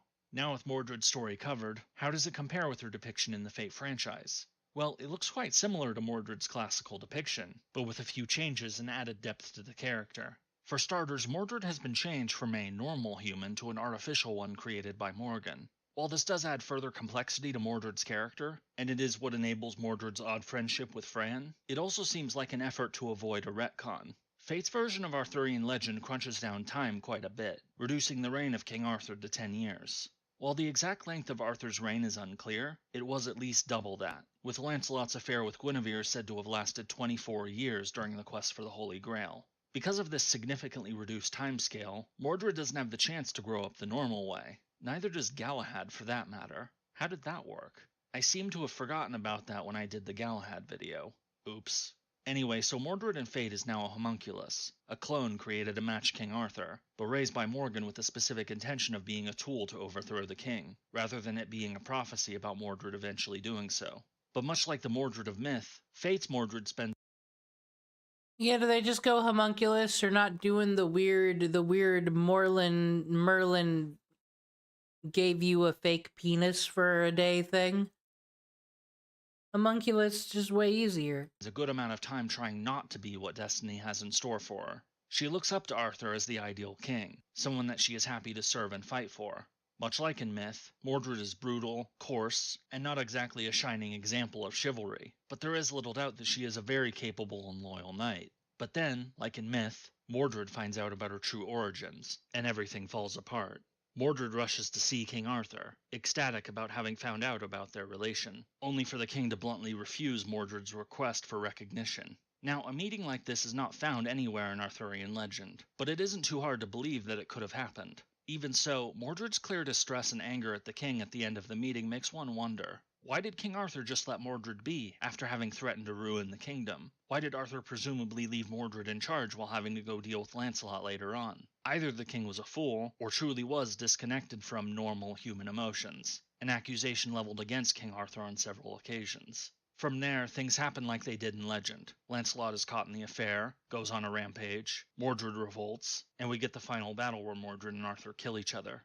Moving past the backstory, our first encounter with Mordred is in Fate Apocrypha, where she acts as the Saber of Red. Mordred gets Shishigo Kairi as her master, which ends up being a very good match. Both of them are outcasts, more than a little unconventional, and have past demons that they struggle with. In Kairi's case, a dead daughter. Is this true? Mordred is the only in Fate Apocrypha? I thought she'd turn up in like extra or something crazy. While Mordred's is her very complicated relationship with her father. The two end up filling those voids in each other, and it makes for, in my opinion, the most compelling relationship in Apocrypha. It's certainly better than other ones in that series. Alas, Mordred and Kairi don't make it to the end, engaging in a bitter duel with Semiramis, someone who explicitly reminds Mordred of her mother, that leaves Kairi fatally wounded. Though neither of them ended up officially getting their wish for the Grail, in a way, their relationship gave them both what they were truly seeking. It is no accident that, once they left the series, I kinda stopped caring about Apocrypha. Same, I didn't even finish the last episodes of my rewatch after this episode, and I'm like, well, what a sad end for Fate Apocrypha, and then didn't turn it back on, because, you know, who cares about Sieg and fucking dragons and Jeanne d'Arc? I don't. And Kairi were its two best characters. I mean, there still was Astolfo, but one character can't hold up an entire show. Anyway, it is in Apocrypha that we get the gist of Mordred's personality, and so can compare it to her mythological counterpart. Like her legend, Mordred is brutal, prone to violence, and fights in a way that, while pragmatic, might get some disapproval from honorable knights. But she does have her own sense of honor, is strictly against harming civilians, and proves to be a loyal ally to her master, in contrast to what you would expect from one called the Knight of Treachery. Notably, Mordred's wish upon the Grail isn't to become king, but to be given the same test that King Arthur once did, in order to prove her own worth to be a king. In other words, Mordred doesn't just want to take power, but wants to earn it. This does conflict with past depictions where Mordred is made more villainous, but does go well with more modern depictions where Mordred is given a more complex personality. As a whole, I'd consider Mordred's character to be an evolution of her depiction in Arthurian legend, taking the original as a base to give us a new take on the character. When it comes to her appearances in Fate Grand Order, our first meeting with Mordred is in the London Singularity, where she is the main ally to Mash and the protagonist. In comparison to Apocrypha, Mordred has mellowed out a fair bit, being much less angry about her life than before. Though it is said that servants tend not to take memories of previous incarnations with them, the experience of Apocrypha clearly has had a positive effect upon Mordred. She is still rough, quick-tempered, and all too ready to engage in violence, but her bitterness has been toned down. As an Apocrypha, Mordred proves to be a reliable, albeit a prickly ally, helping Chaldea to solve the London Singularity. In contrast, her next appearance is in She's gonna help! She's gonna be friend! I'm not a fan of Mordred's armor, though. It's too Meta Knight for me. Camelot, where she is acting as an enemy, one of the knights that chose to side with the Lion King. Like the other Round Table knights who made that decision, Mordred has her own personal reasons for doing so, namely that Mordred sees it as penance for her rebellion, leaning into the part of her that still admired the king despite being rejected. Faced with the prospect that the world is doomed, Mordred sees that, at the very least, she can help to preserve those who are deemed good by the king, despite knowing full well that Mordred is not among them. Indeed, the Lion King doesn't treat Mordred very well, but she seems to accept this, choosing to fight for the king with her usual zeal. It certainly is a different take on Mordred than what we saw earlier, foregoing her usual rebellious attitude. Nevertheless, it is interesting to see Mordred, faced with the impending doom of humanity, decide to choose to work towards a greater goal rather than her own personal grudges. In an odd way, it actually hints that Mordred really does care about the populace, and so has that going for her as a potential leader. She isn't just a power-mad tyrant, but has qualities that others would want to have in a ruler, and so giving us a hint as to why so many decided to follow Mordred in her rebellion against King Arthur. There are many more stories that Mordred makes an appearance like that, grew up with. Some of you've said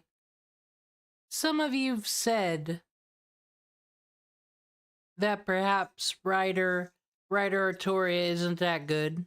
And it's fine, it's okay to be wrong sometimes. She's great. Look at her. That's all.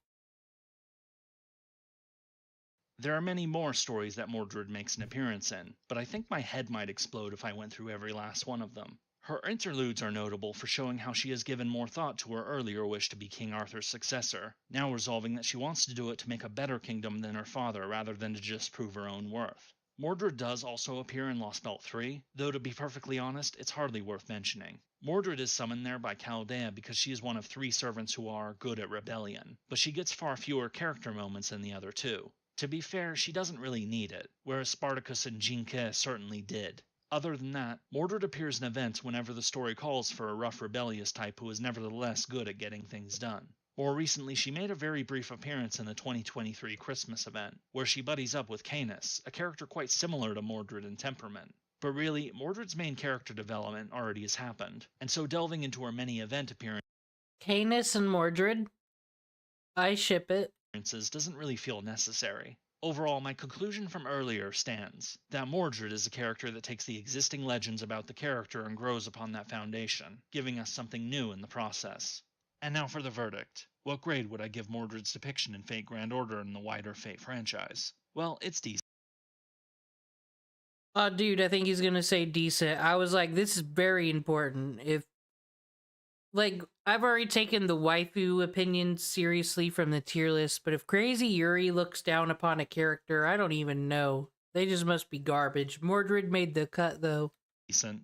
Her character design and skill set do show clear links to the original legend, though creative license has been taken in a number of areas. As for characterization, Mordred does connect to the original myth, being the son of King Arthur who ultimately led to his downfall. But the Mordred we get in the Fate franchise goes beyond that, giving us a new take on the character that has complicated relationships, and still manages to let her own good qualities shine through despite her coarse personality. I like Fate's take on Mordred more than the original. It makes for a more interesting character. Mordred in Legend has gone from a 2-dimensional villain for King Arthur to one with more complex and understandable motivations, and the Mordred we get in Fate seems to be a further evolution of that trend. And so for a final grade, I'm going to give Mordred, the Knight of Treachery, a B-.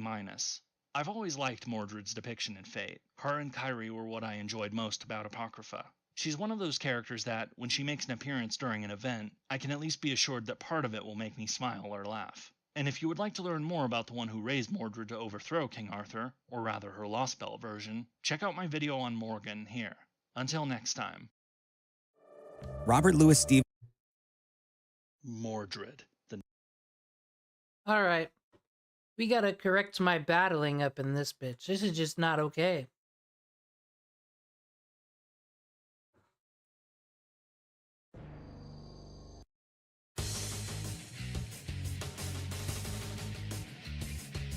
What my issue is I said that Jalter is actually the best, and turns out she can't build up Noble Phantasm fast enough. She made me look the fool. She can at least just cool someone down for no reason.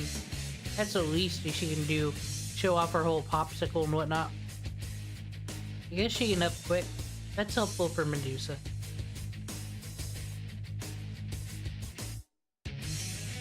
Oh yes, I did get Medusa and Jalter. You know why? Sonic music. I know we've been through this, but it's true. If I want a servant, I get them. I just gotta pray to the right god and play the right track.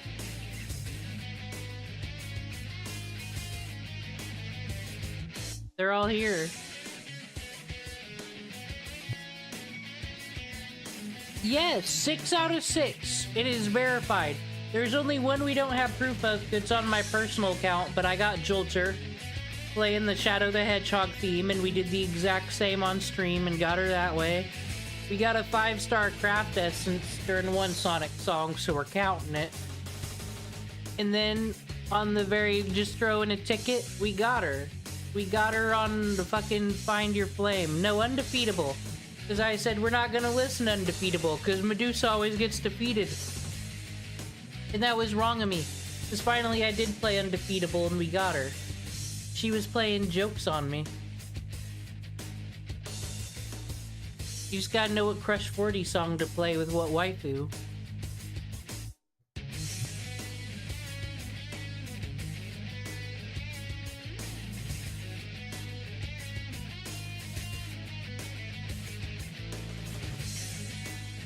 But you gotta make a sacrifice. And that is, like I said, I will say nothing negative about any Sonic fan for their like a Sonic for 2 months. No easy tism jokes. No cringe jokes, nothing. They get a complete free pass. That is a sacrifice I've made for my gacha game.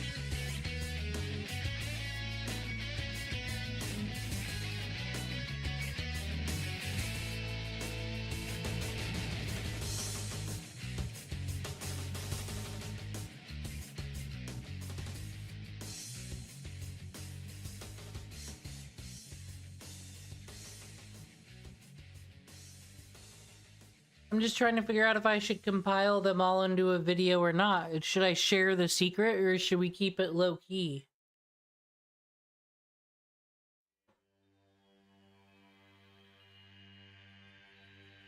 I mean, because they might sell our gotchas out to AI or some shit so they can detect if Sonic music's playing and then purposely give you no 5 stars. That'd be horrible. I wouldn't want to contribute to that.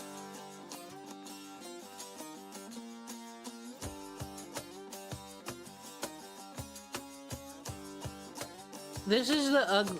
I don't get what this guy's about. Yeah, Mordred, tell him to shut it. Yeah, he got the fuck out of here. See, Mordred is a cool one. Do you want to be my roommate? Aw, dude, whose house is this? This doesn't have poison fog in this. I can move in here.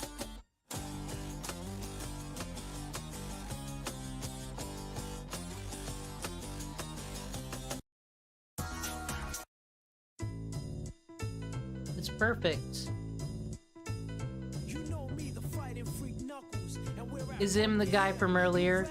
Well, let's take this back and have Jekyll read it. Okay, Jekyll and Hyde are on the crew. I like him. Said I'd like to see more of him in like an anime or something. Hold on, I can fix that.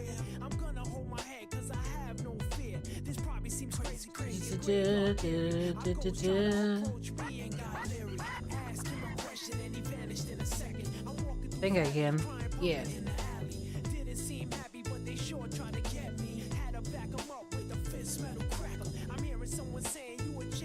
Dude, we can go nuts.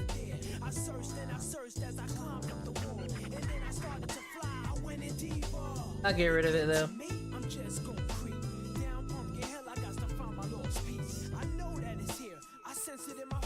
Now I found something interesting too.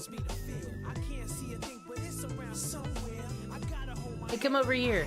Oh, Frankenstein's here too, a girl. Oh fuck, Mash, she has a horn. Yeah, she does have a horn. Are you a human?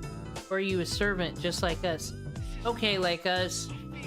Do like their spirit origins kind of think like, excuse me, Mash, like us? Like, we're ghosts. We're not real. Like, you eat food. Like us. Okay. Yeah, Fran's offended by that. I apologize, Fran. Mash forgot where she is and who she's talking to. But you're asking what she is. Of course she's a servant. At least I wish I could say that. In my memory, that's how it's supposed to be. Anyway, yeah, she's an artificial human, apparently. An artificial human, is she? I found her in the coffin of the back room, and a note was attached. Let me see. First artificial human created by Godfather Victor Frankenstein, or something like that. Something like that. Some loser. I'm so glad everyone came to my homecoming. I mean, my home moving in party, whatever you call it, housewarming, yeah. Because I'm pretty sure I'm trying to get to London and get in a flat to myself, because, like, Caldelia, it's in the fucking Antarctica, in MASH is always up in my business, and I don't get any privacy. It's like, and I have other waifus too, you know, other people, and then there's Dr. Roman. I'd like to get to know him, but apparently I'm just not allowed to. Everyone's getting in my way, so I'll just get out of the way then if that's what they want. Like, fish and chips, the Beatles, we can make it work.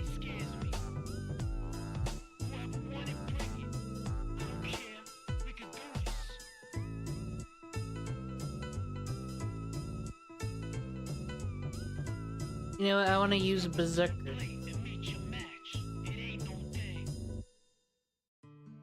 Just for funs. We don't need no saber all the time.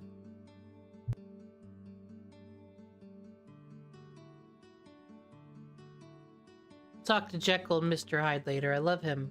I know I'm not that good with him, not gonna lie, but he's pretty cool.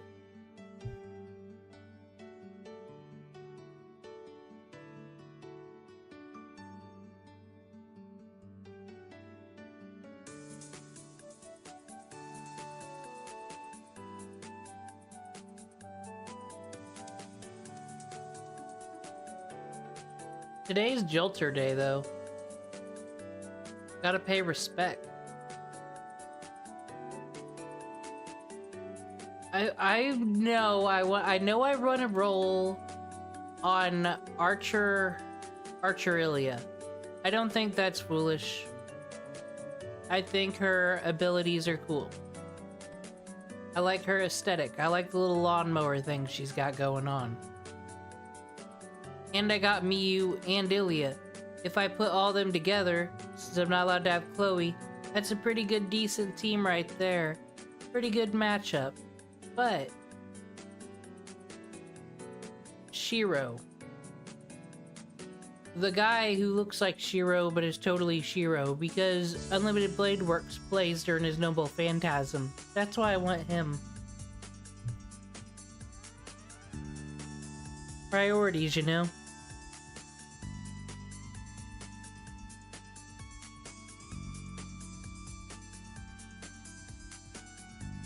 As far as this game goes, though, got everything we need right here. Anybody else have a Skatey, Ruler Artoria, fucking Jalter, John d'Arc, all this before Babylonia? Probably not too many people. You can say that.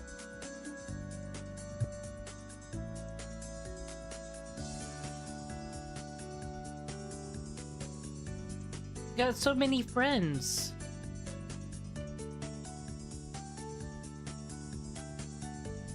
Almost too many friends. Okay, you got this, you got this.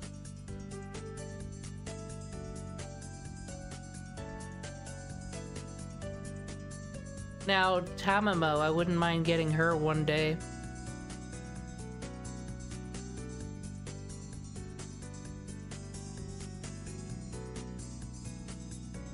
Still haven't unlocked any, interludes or nothing. Think maybe Kiyomi had one? I don't know for sure.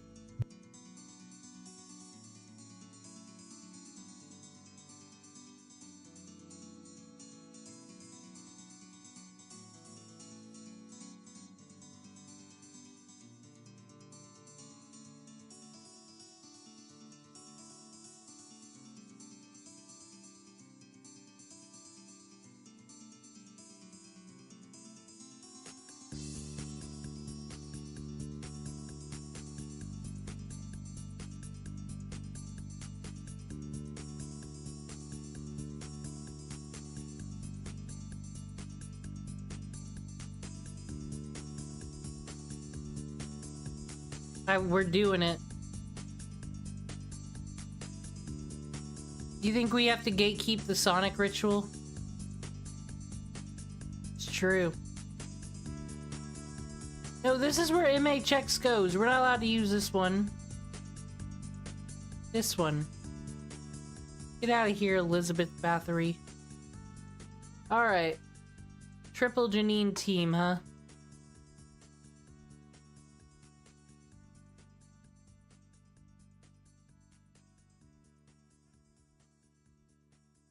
So we have to create a whole society to defend the Sonic ritual then. We have to make a mages association. How are we gonna make a mages school in the Big Ben Tower? That's a lot of work. Alright, John. Well, should we do... Well, I mean, she's gotta be here anyway.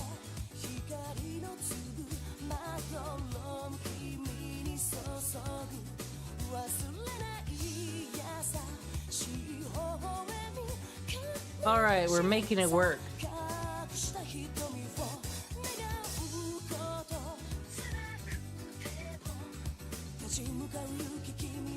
Why are you not eligible? Why do you think you're so cool? Because you're in a Ventcraft essence? You just think you're so cool.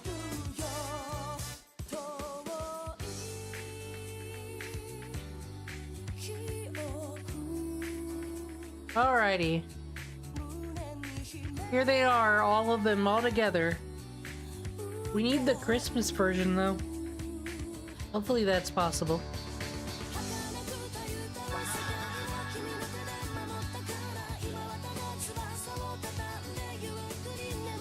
I'm gonna put this on auto break, but I'm just gonna grab a soda. It'll take like 5 seconds.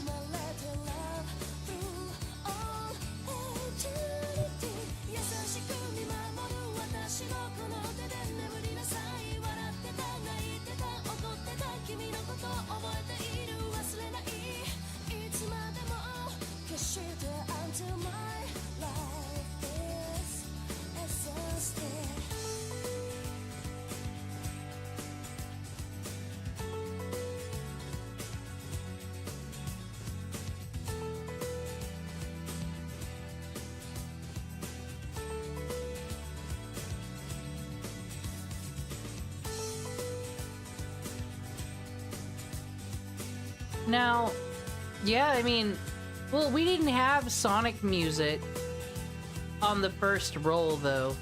That's true. I mean, we didn't get no 5 stars first roll, but we got Nita Chris, we got Elizabeth Bathory, we got Unnamed Assassin. That was a pretty good thing. I think Persona, we had no music, we actually had default.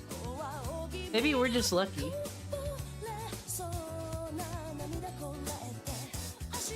No, not Mordred. She's our friend. This lovely group of Johns, they would have raised Mordred. They would have raised Mordred quite well, unlike that Arctoria. They all would have been great mothers. Well, maybe not Berserker Jalter, though. I mean, she looks like she'd leave a baby in a dryer, quite honestly. Alrighty.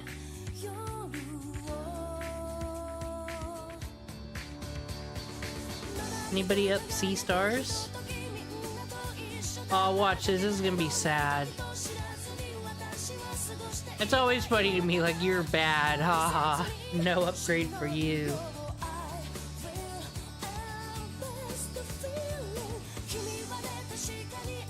And I'm invincible. The good John, not the evil John.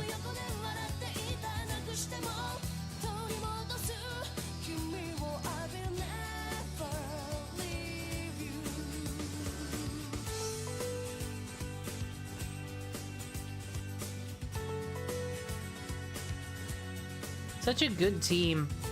Good team of Johns. Oh, Mordred, you're still standing? No way.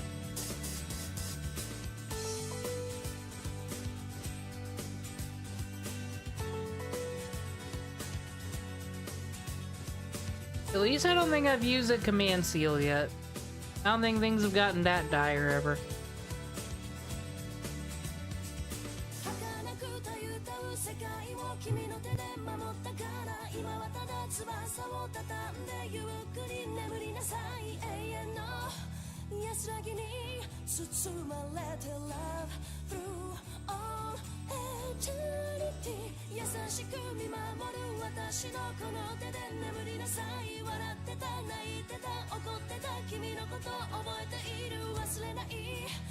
Not very good at filling up the Noble Phantasm gauge for John Dart. I mean, the Archer version of her gets it more than her. Sorry, Mordred, it was a cool time. It was a lovely time. So.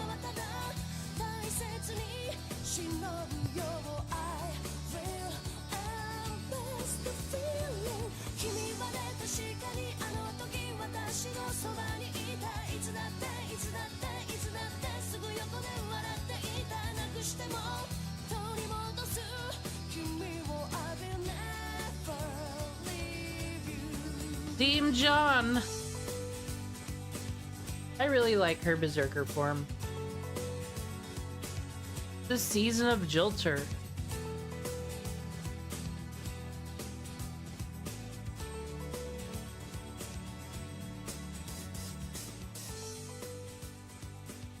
We gotta wait 2 years? We don't even know if humanity will be around by then. Gosh.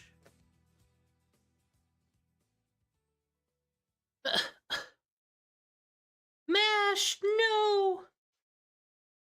Senpai, thank goodness were you watching. If you get that apartment, I might faint. Please don't. Stay with us. Stay with us, Senpai. Battle is over. I was able to parry Margaret's attacks. So how was it, Mash? Figured out how to use that Noble Phantasm at least a little bit? Yes, thank you very much. Somehow it feels like a shackle on my heart was removed. That was the toughest I've felt since Kukulane's spells. And perhaps that was just now, was... What?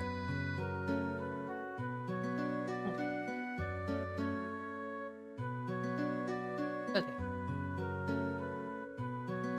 She was holding herself back by calling herself a demi-servant. Yeah, call her out, Mordred, that fake. I pulled a stunt here to hammer into her what role she was. She'll be a bit more decent from now on. Oh, got her. Dude, I remember. There was something that stopped everyone's login streak. It was like the 9/11 of gacha. I went on the internet to complain about it because I'd never hung out in a fake community before. I think they gave us like 30 Saints Court or something to make up for it. Thanks, Smash, my friend.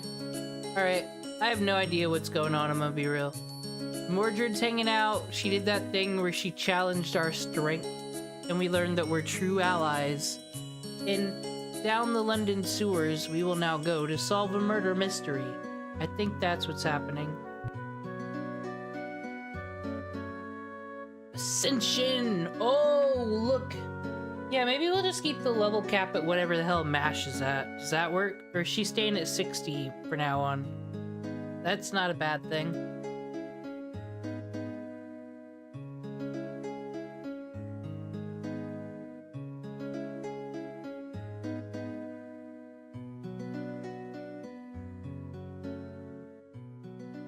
Alright.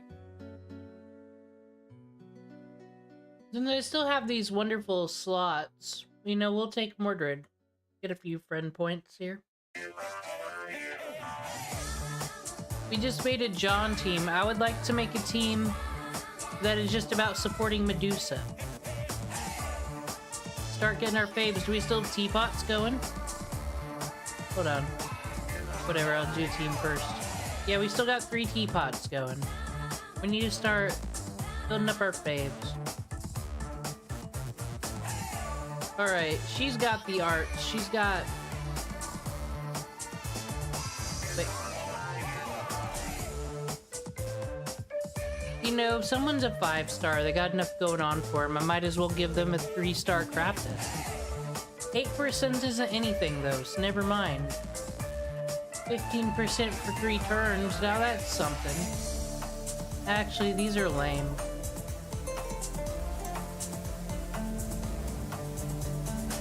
So yeah, so you think Skatey with her is the perfect pairing? I think Codecast is pretty good. And then we can have Skatey. Someone said earlier, Skatey and Sea Stars, that's her thing.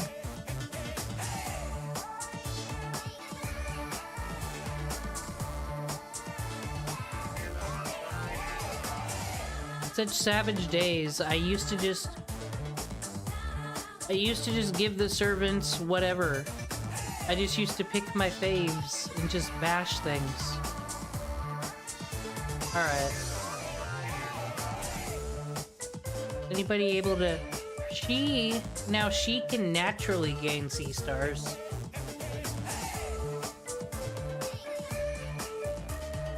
Double Skatey, now that's just insane though.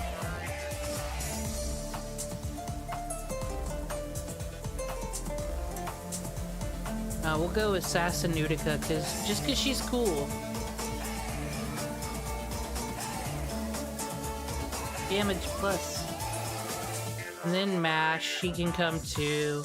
Even though she has had attitude lately. Oh, I haven't even given Mash no embers, but let's be real. I try not to have Mash here. If we need to pull Mash out, it means we fucked up, quite honestly. You do ruin Church's Mash. Catch that, Craft Essence.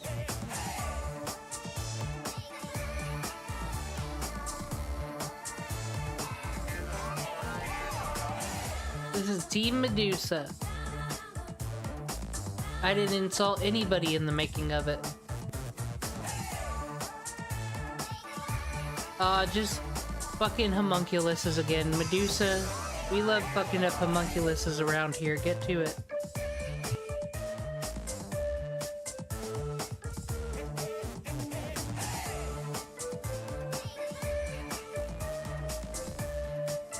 Was that the right move?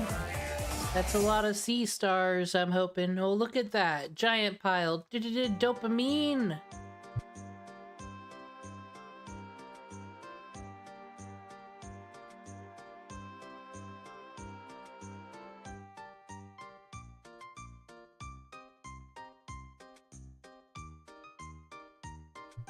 I mean, did we kill the first wave in one turn? No, but we're trying. That's all that matters.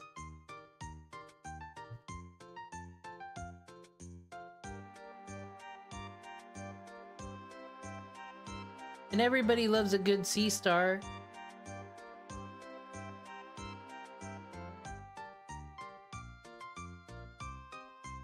Dude, look at her hat. Look at her dagger. Look at these colors.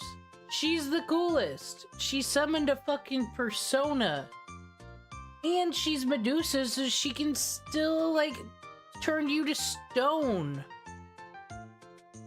She can still stone you more than I am stoned now. It was the greatest. I would trade Skatey for her. But I don't have to, because I'm lucky and I get everything I want all the time, because I'm a spoiled brat like that. Look at this team. Ridiculous. Yes, she's got drip.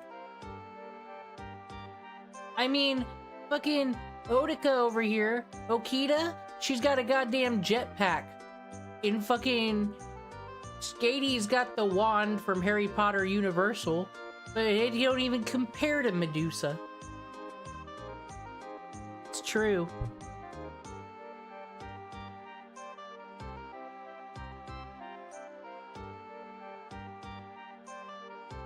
All hostile units eliminated. Complete silence confirmed. Good work, Senpai. Good work. I received a transmission from Jekyll, so I'll connect you. No, Dr. Roman. I want to get connected with you. When? Can you hear me? I have supplemental information to pass on. Please tell. Oh, it's just Jekyll. You know, Jekyll ain't bad looking. I can move in with him. What, he only goes crazy like once a month or something, don't we all?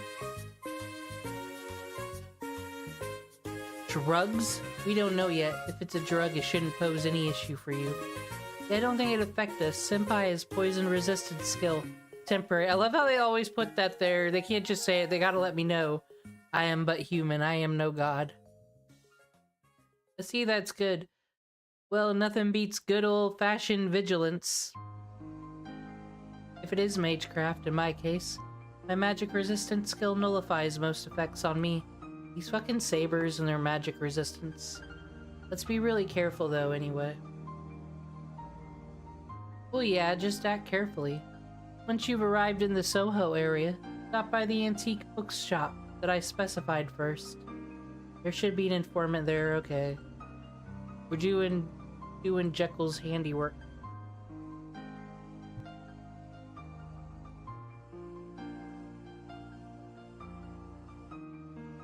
It's just like, I don't know, is there a good way? Maybe someone's got a video on how to fucking use Jekyll and Hyde correctly, because once he's a berserker, he's just super immune to everything. But he also was never the best assassin. I don't know how to feel about him.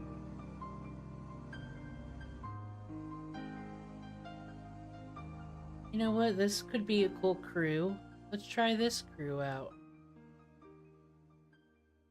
I believe in them. We got 2 teapots.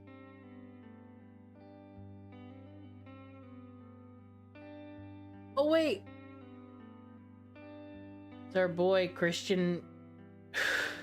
I keep wanting to call him Christian Weston Anderson. He's half Christian. Half boy. So you finally come. I was getting pretty sick of waiting for you idiots. Aw, he's a fucking Dr. House enjoyer. There's roughly 20 volumes I didn't even want to read. Who the fuck? Do you want to play with Gilgamesh? We have a child with us too. Little friend you can hang out with? And a pet. Let me fill you in on the situation here. Wait, this is the informant? This brat? This boy, as it were, he must have some relation to this antique bookshop. Maybe he's the shopkeeper's son or relative, or grandson. Is that correct? Gary Oak's grandson? No, Mash, we're not playing that game right now. Dude, for some reason now now that I've been exposed to Neurosama, the AI VTuber, I just imagine Mash as her now. Kinda ruined. Dr. Roman, though. Do you know where the magical tomb is now? Also, did you manage to escape its attack? Huh? Are you stupid? Is your brain not just your voice in La La Land? Obviously, I ran away from it. This is why I read sometimes, and then sometimes I don't read what they're saying, because that's literally my character. I'm just fucking phasing in and out, like, they're not talking about... I just want to do the fighting, you know? Like, I try to get invested in what they got going on. I try to be their friend. Then they just make it so complicated. Talking about magecraft and singularities and squirrels. It's a lot.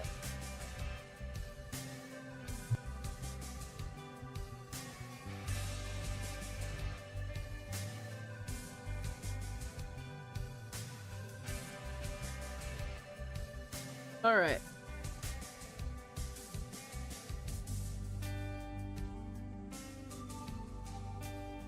Alright, Maid Alter, I keep talking you up. Please don't embarrass us. This is the Drip Squad. We got the Queen, and fucking the Maid. Like, this is a harem anime dream right here. I will make a whole fanfic, just have a Grail War with these 3, so they can be in the same scene and everyone can be like, oh my god, look at that drip and that aesthetic and that cosplay dough. Dude, Grail War to cosplay. Boom, there's a fun carnival plot. Be like Carnival Phantasm. That'd be cute.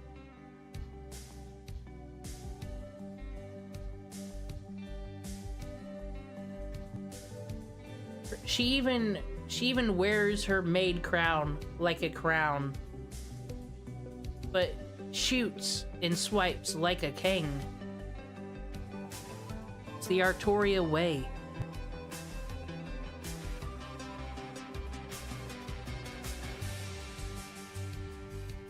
We don't need no riders, let the motherfucker save her. Boom. I love her. Dude, we need to make a Medusa team. Well, I haven't leveled up Medusa for a while. I need to start grinding for embers and being responsible. I should have mana spears by the next time we be leveling people up. We can get through this Singularity. All these events, I'm sure I'll have like 800 more. Dude, we'll have all the Saints Courts.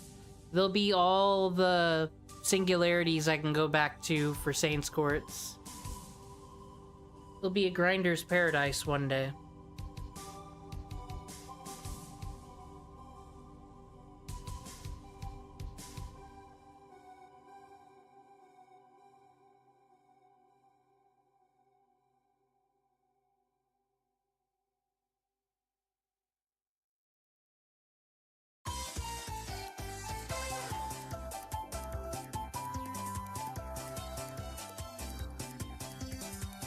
Who's the sexiest rider of them all? The answer is Elizabeth Bathory Cinderella. You didn't guess her. I don't know what to tell you.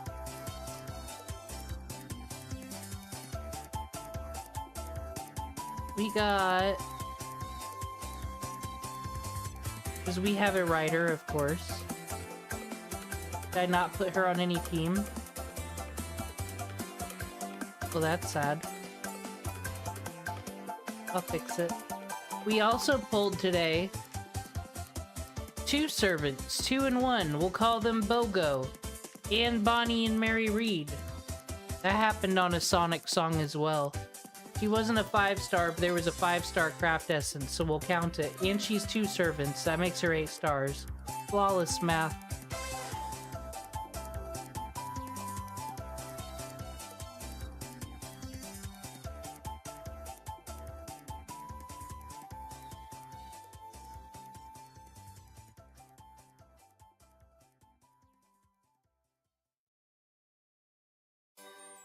Yuri pirates? Yeah. Damn it. I know the attacks are hitting. They're not getting through. What's with this book? I don't get it either. Our attacks are landing, but it's not going down. Are you sure it's not an illusion? And are you sure your attacks are hitting? Yes, Doctor. We have no status anomalies. That motherfucking book is talking and floating, guys. Mordred gets it. Stupid. Fucking boy. I don't gotta talk to children. It's America. I'm going this way. Go to the battle. That's what matters. Where is Jekyll? That's who I want to talk to. That's who I thought I was meeting, not this fucking Christian Weston Anderson. Oh, we're fighting a song. Who saw that coming?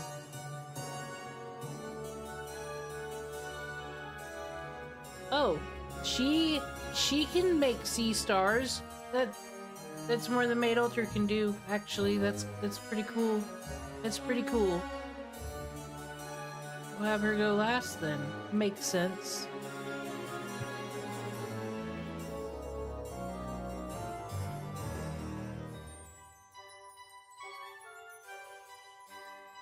So, people like Skady's abilities, the Noble Phantasm. Do people actually like Skady for Skady, though? I think her ice rune power is really cool.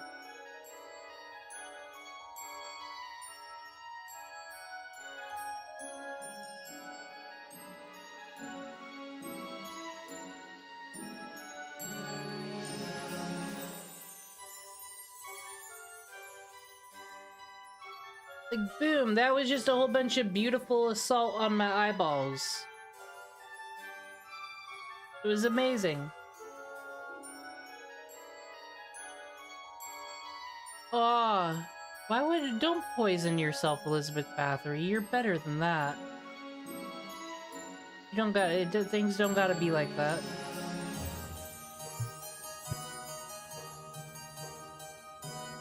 Boom, that was cool. That was some Alistair from Has Been Hotel shit right there.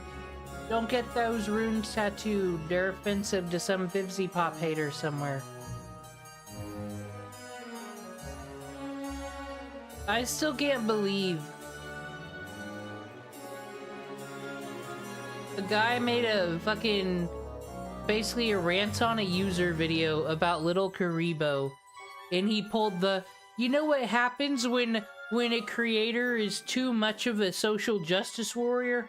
Sometimes they're Onision, and sometimes they're psychopath killers. Not saying Little Karibo is. I love internet news. You already think the real media is weird enough sometimes. Then you got the internet reporting where it's like, I felt this vibe from this guy. He really needs to get his life together.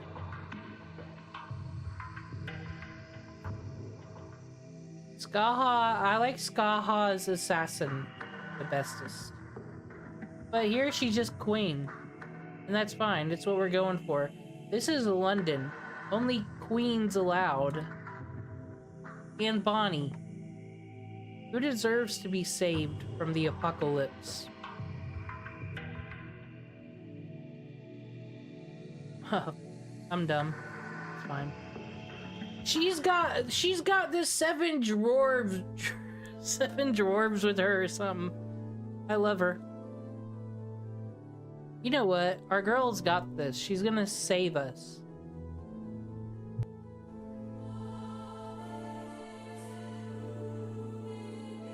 And she can remove her debuff. When can I get Cinderella Elizabeth Bathory? When's that happening, scholars? I need her. Look at that. Oh my, I need her. She and dragon? This is so many aesthetics with purple and blue. My dopamine brain needs Cinderella Elizabeth Bathory. That's what everything needs to be for. And she's got a fucking carriage. Look at that. Dead. She killed a song. Fucking amazing. She made everyone's bond go up just for being in her presence. That's how much of a queen she is.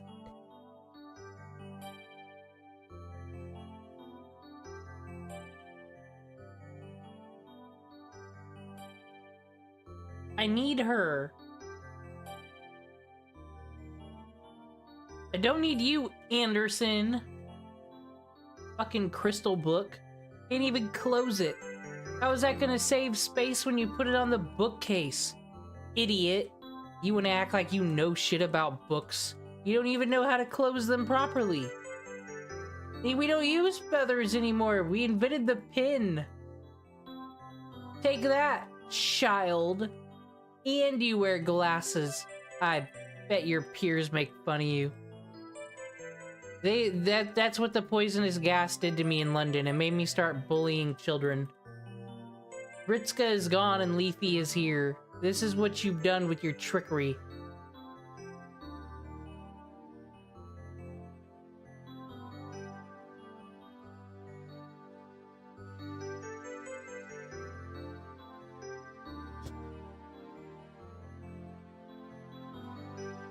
Good. I'm good. I'm glad I have all this homunculus, babies. I got very important work to do with it. You might not believe me, but it's true. Alright. I am going to do this here round.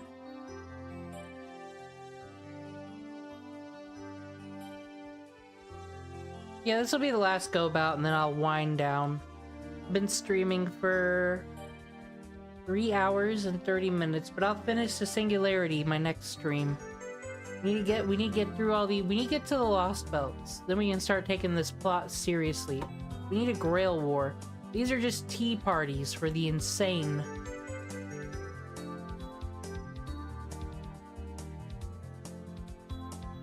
I don't even go to school here.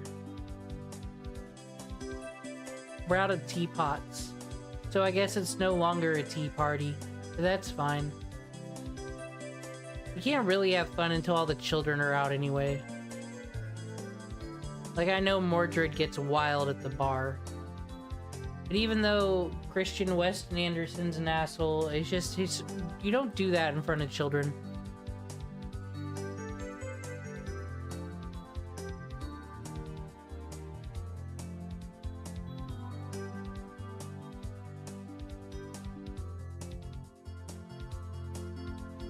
Ah, Medusa, how are you today?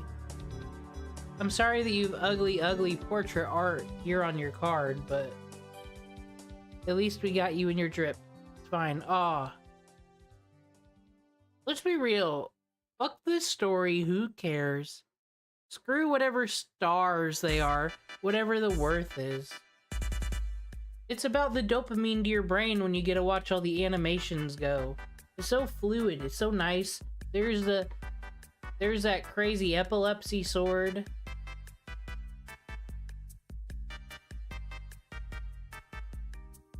Skaha's got the purple ice. It's just all very fluid.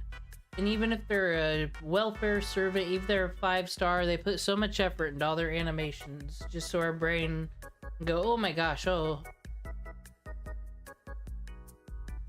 It's amazing.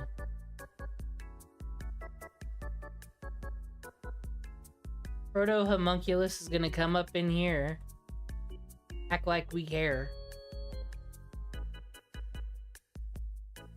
So I can hold down and fast forward that stuff, but I'm not allowed to do that with Noble Phantasm, so God forbid. I love how Medusa's just out here summoning like a summoning god. But it's fate, I guess that's the usual.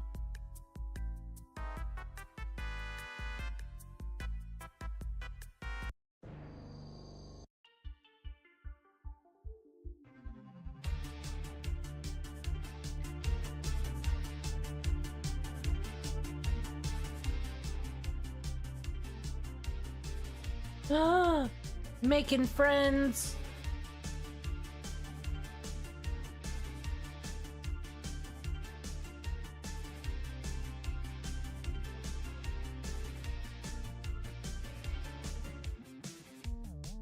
I'm still in disbelief about getting Jalter. Saber Medusa, obviously cool as hell. I'm beginning to realize she is absolutely wonderful in battle.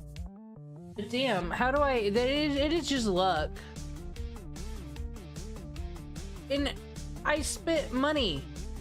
$12 of my hard-earned blood labor wages. And I got fucking Ishtar. I haven't even used her yet. I don't care. I hate to say it, Ishtar. I know. How rude of me. But it's like anybody could be an archer. Gilgamesh is a freaking sperm. Could be an archer. Obviously, that's why he's a servant. Oh gods. I'm not even gonna utter the things I... Let's not have sperm servants. Oh god. I don't even know why I even put that into the world.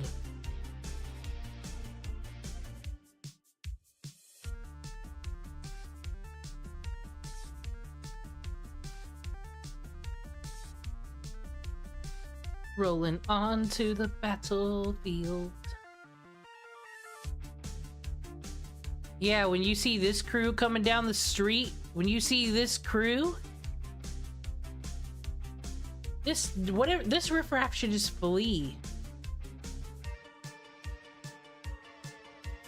I mean, everybody crosses the fucking sidewalk when Merlin comes down the street, I imagine. You gotta... Dude, I like... I need to stop say that so much. I know I do. But I really do like Rento Sok as a character. She's great. I don't like Ishtar. That's a okay take to have, right? Like, one's Hermione, one's just obnoxious and terrible.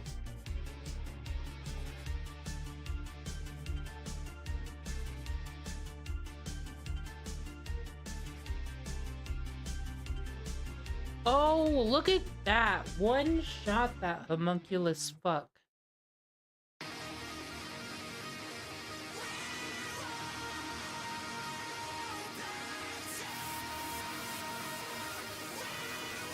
This is gonna be nothing. Nothing. We don't even need no noble fan. Yeah, Merlin, just take him out. That's cool. Don't leave none for no one else. You selfish little incubus.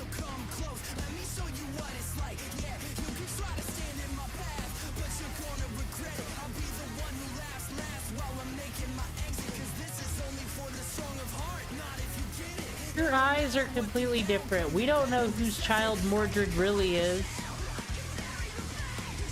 Don't tell Artoria I said that though. I mean, like, her ruler version is on our team, so maybe we shouldn't be saying things. Well, I mean, she didn't birth her. Why does she care? We cannot verify whose child that is.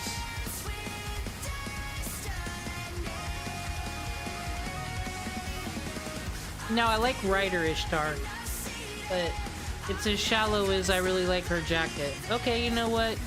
I've heard double skatey suggested. Let's try it. I've never done a double skatey. Or maybe I did when I was grinding for the last lottery. Oh, this is the perfect team right here.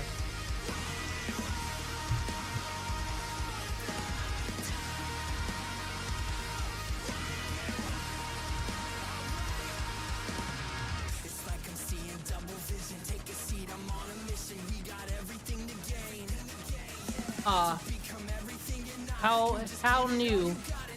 More wonderful fucking mannequins.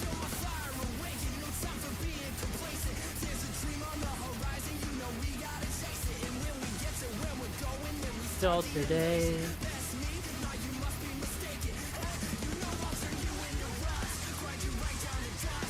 Whoa.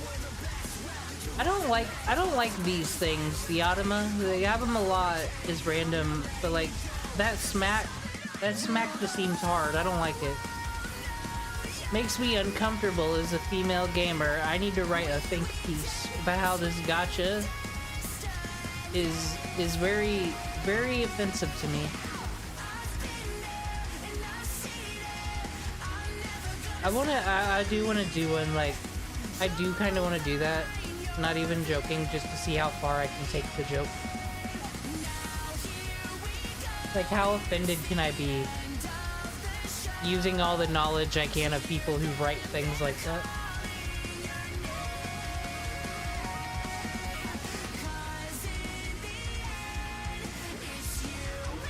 We don't even need this. We're good. We're all queens.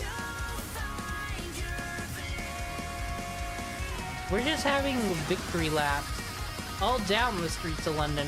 Because we ain't poisoned, we're all poison resistance up in here.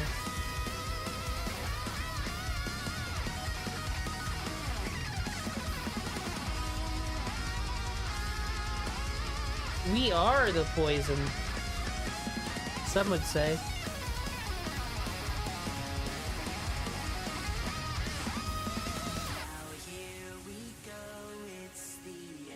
So though Jalter, Berserker Jalter is free. Jalter is a 5-star. I think Berserker Jalter's design's kinda cooler. Just being honest, hot take. So we would be okay to not pull Jalter. But we did, and we're gonna actually I just need to, I'm gonna appreciate that we did when we actually go against some rulers. We haven't gone against a ruler yet. Because they turned John Dark into like a caster or some bullshit.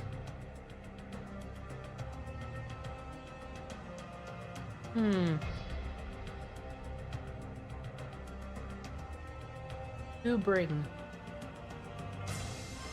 Military again?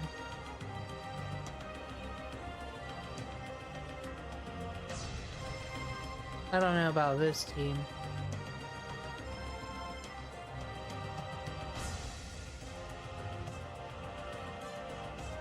Heck yeah. Perfect. We don't need no skatey, we got Artoria, Pendragon. And there's a fucking... I'm gonna call it CPS. I don't know why these children are running around barely clothed. I like Jack the Ripper's little trench coat thing. She had it earlier. That is so much cooler because it actually looks like a real trench coat. from far away, but it's also like scary black tattered robes at the same time. Very unique design that they ruin because Natsu game.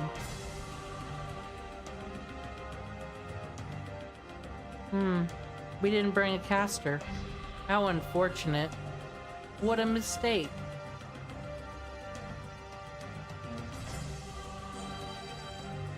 But we have a gun and cards. What do you machines have? Not a soul. Take that. Got him.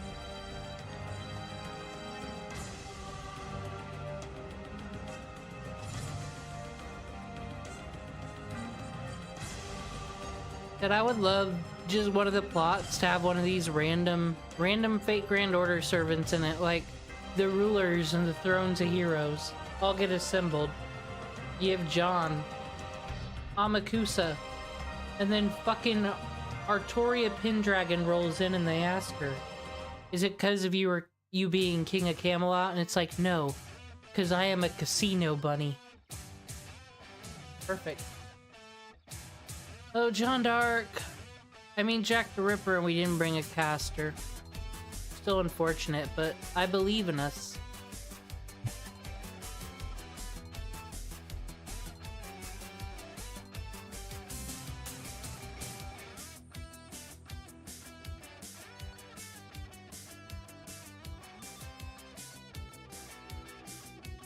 If I wasn't doing a billion other things and playing Fate, I probably would play Cassette Beast. And then I wouldn't play my own music. Amazing soundtrack. Why are you even here, Mate Alter? Why'd I even bring you? What is this? Let's go for Noble Phantasm on Altera. Wait, who wants to be that person that looks up what all the battles are gonna be first? Like, I'm already here. Okay, the problem is eliminated itself. She's dead. What? That's what Sulter is good at. Dying.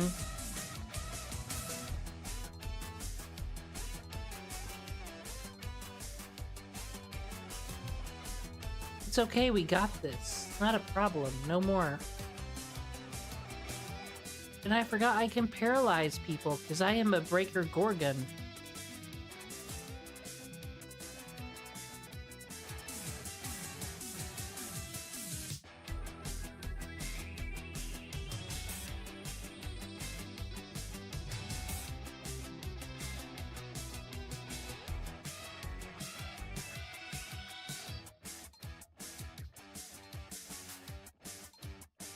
What happened on our deal call? Did Ruler Artoria show up with her bunny ears?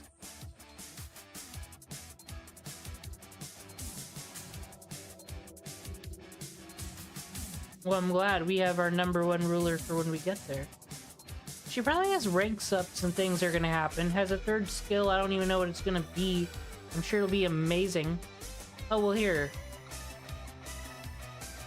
Jack the Ripper is gonna attack her, so we get a free attack from the people who matter. I mean, what? Mash, I'm sorry. I think we just need to go to Fred therapy, whatever that is. Like, we're not family, but we need to figure something out. It's unfair that I'm treating you this way, but it's also unfair that you treat me the way you do. Always asking how I slept. Sometimes I time travel. Just to not be, just to get outside, because I know that I can like drift off and be by myself once in a while. I'm just not getting any privacy at Caledalia.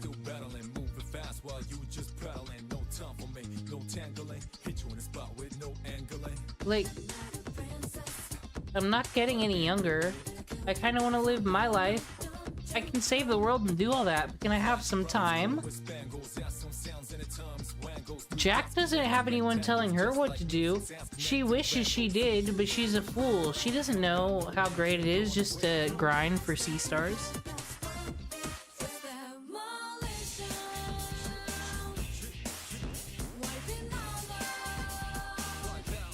Dang.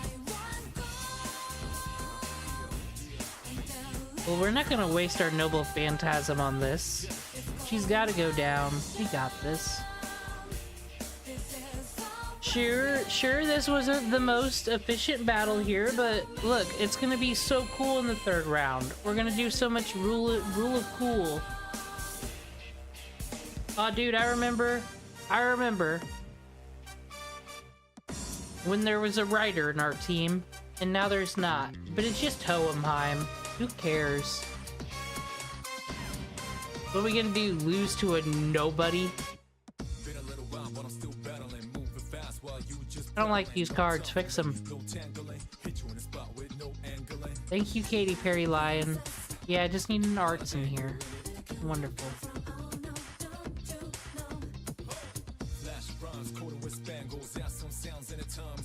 So I should have used that on Hohenheim, I guess, but we're just being queens.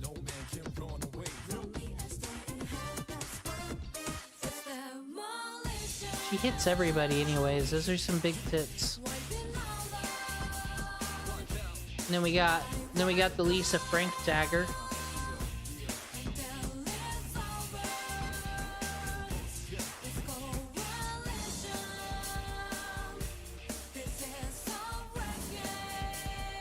And we did all that just to clear out 2 henchmen. Aha, that'll show you, Hohenheim. You won't be making no Philosopher's Stones on our watch. Aha! Awarded.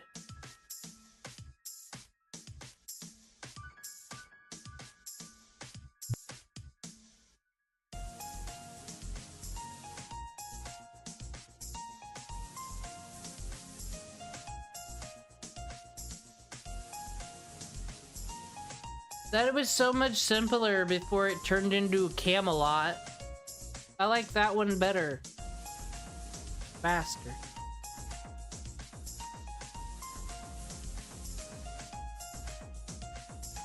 Is this simple battle taking a while? Maybe.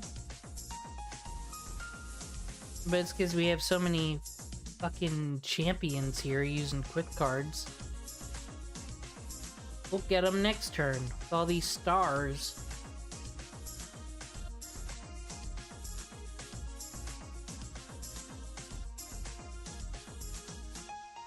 Bro, we'll get it. Oh, here we go.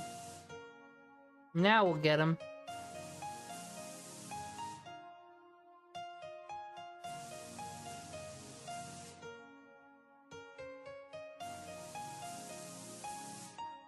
I think if you pull the 5-star servant from an event, they should let you do the event.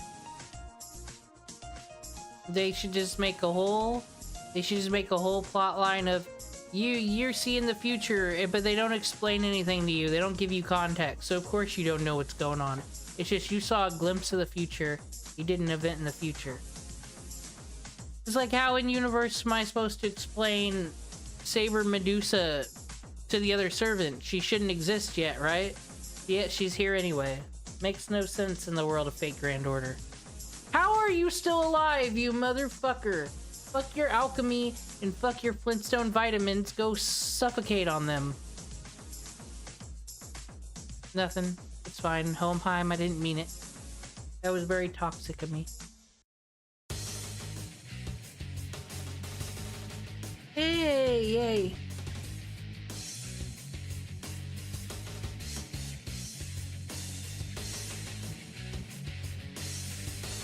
It'd be lovely. Gotta wait till like Christmas for another lottery, right? Okay. She's out of here. Good old times. Good job, Hohenheim. You gave your best. Sorry about those things I said.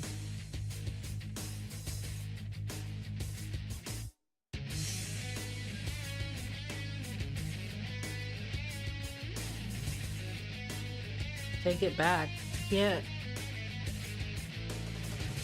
Hohenheim's a pretty good looker, not gonna lie. I'll put him on the Husbundo list, but he's like not good in battle.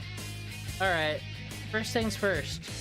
300 AP, that's ridiculous. We gotta make that disappear. You can't trust me with that. Go into the crazy store with the 8 billion sub-menus. 7 pullback fruit. Look at that. Boom.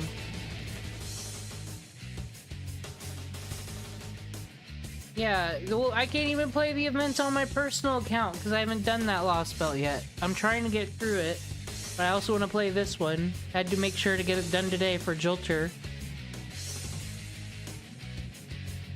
Alright. Okay, we did section 5. That's gonna be it for me tonight. Next time I come back, it'll be like last time. Get through, watch some history videos, kick back, relax. Get through fucking foggy-ass, Silent Hill-ass London. And hopefully there won't be no more child murderers. Nighty-night.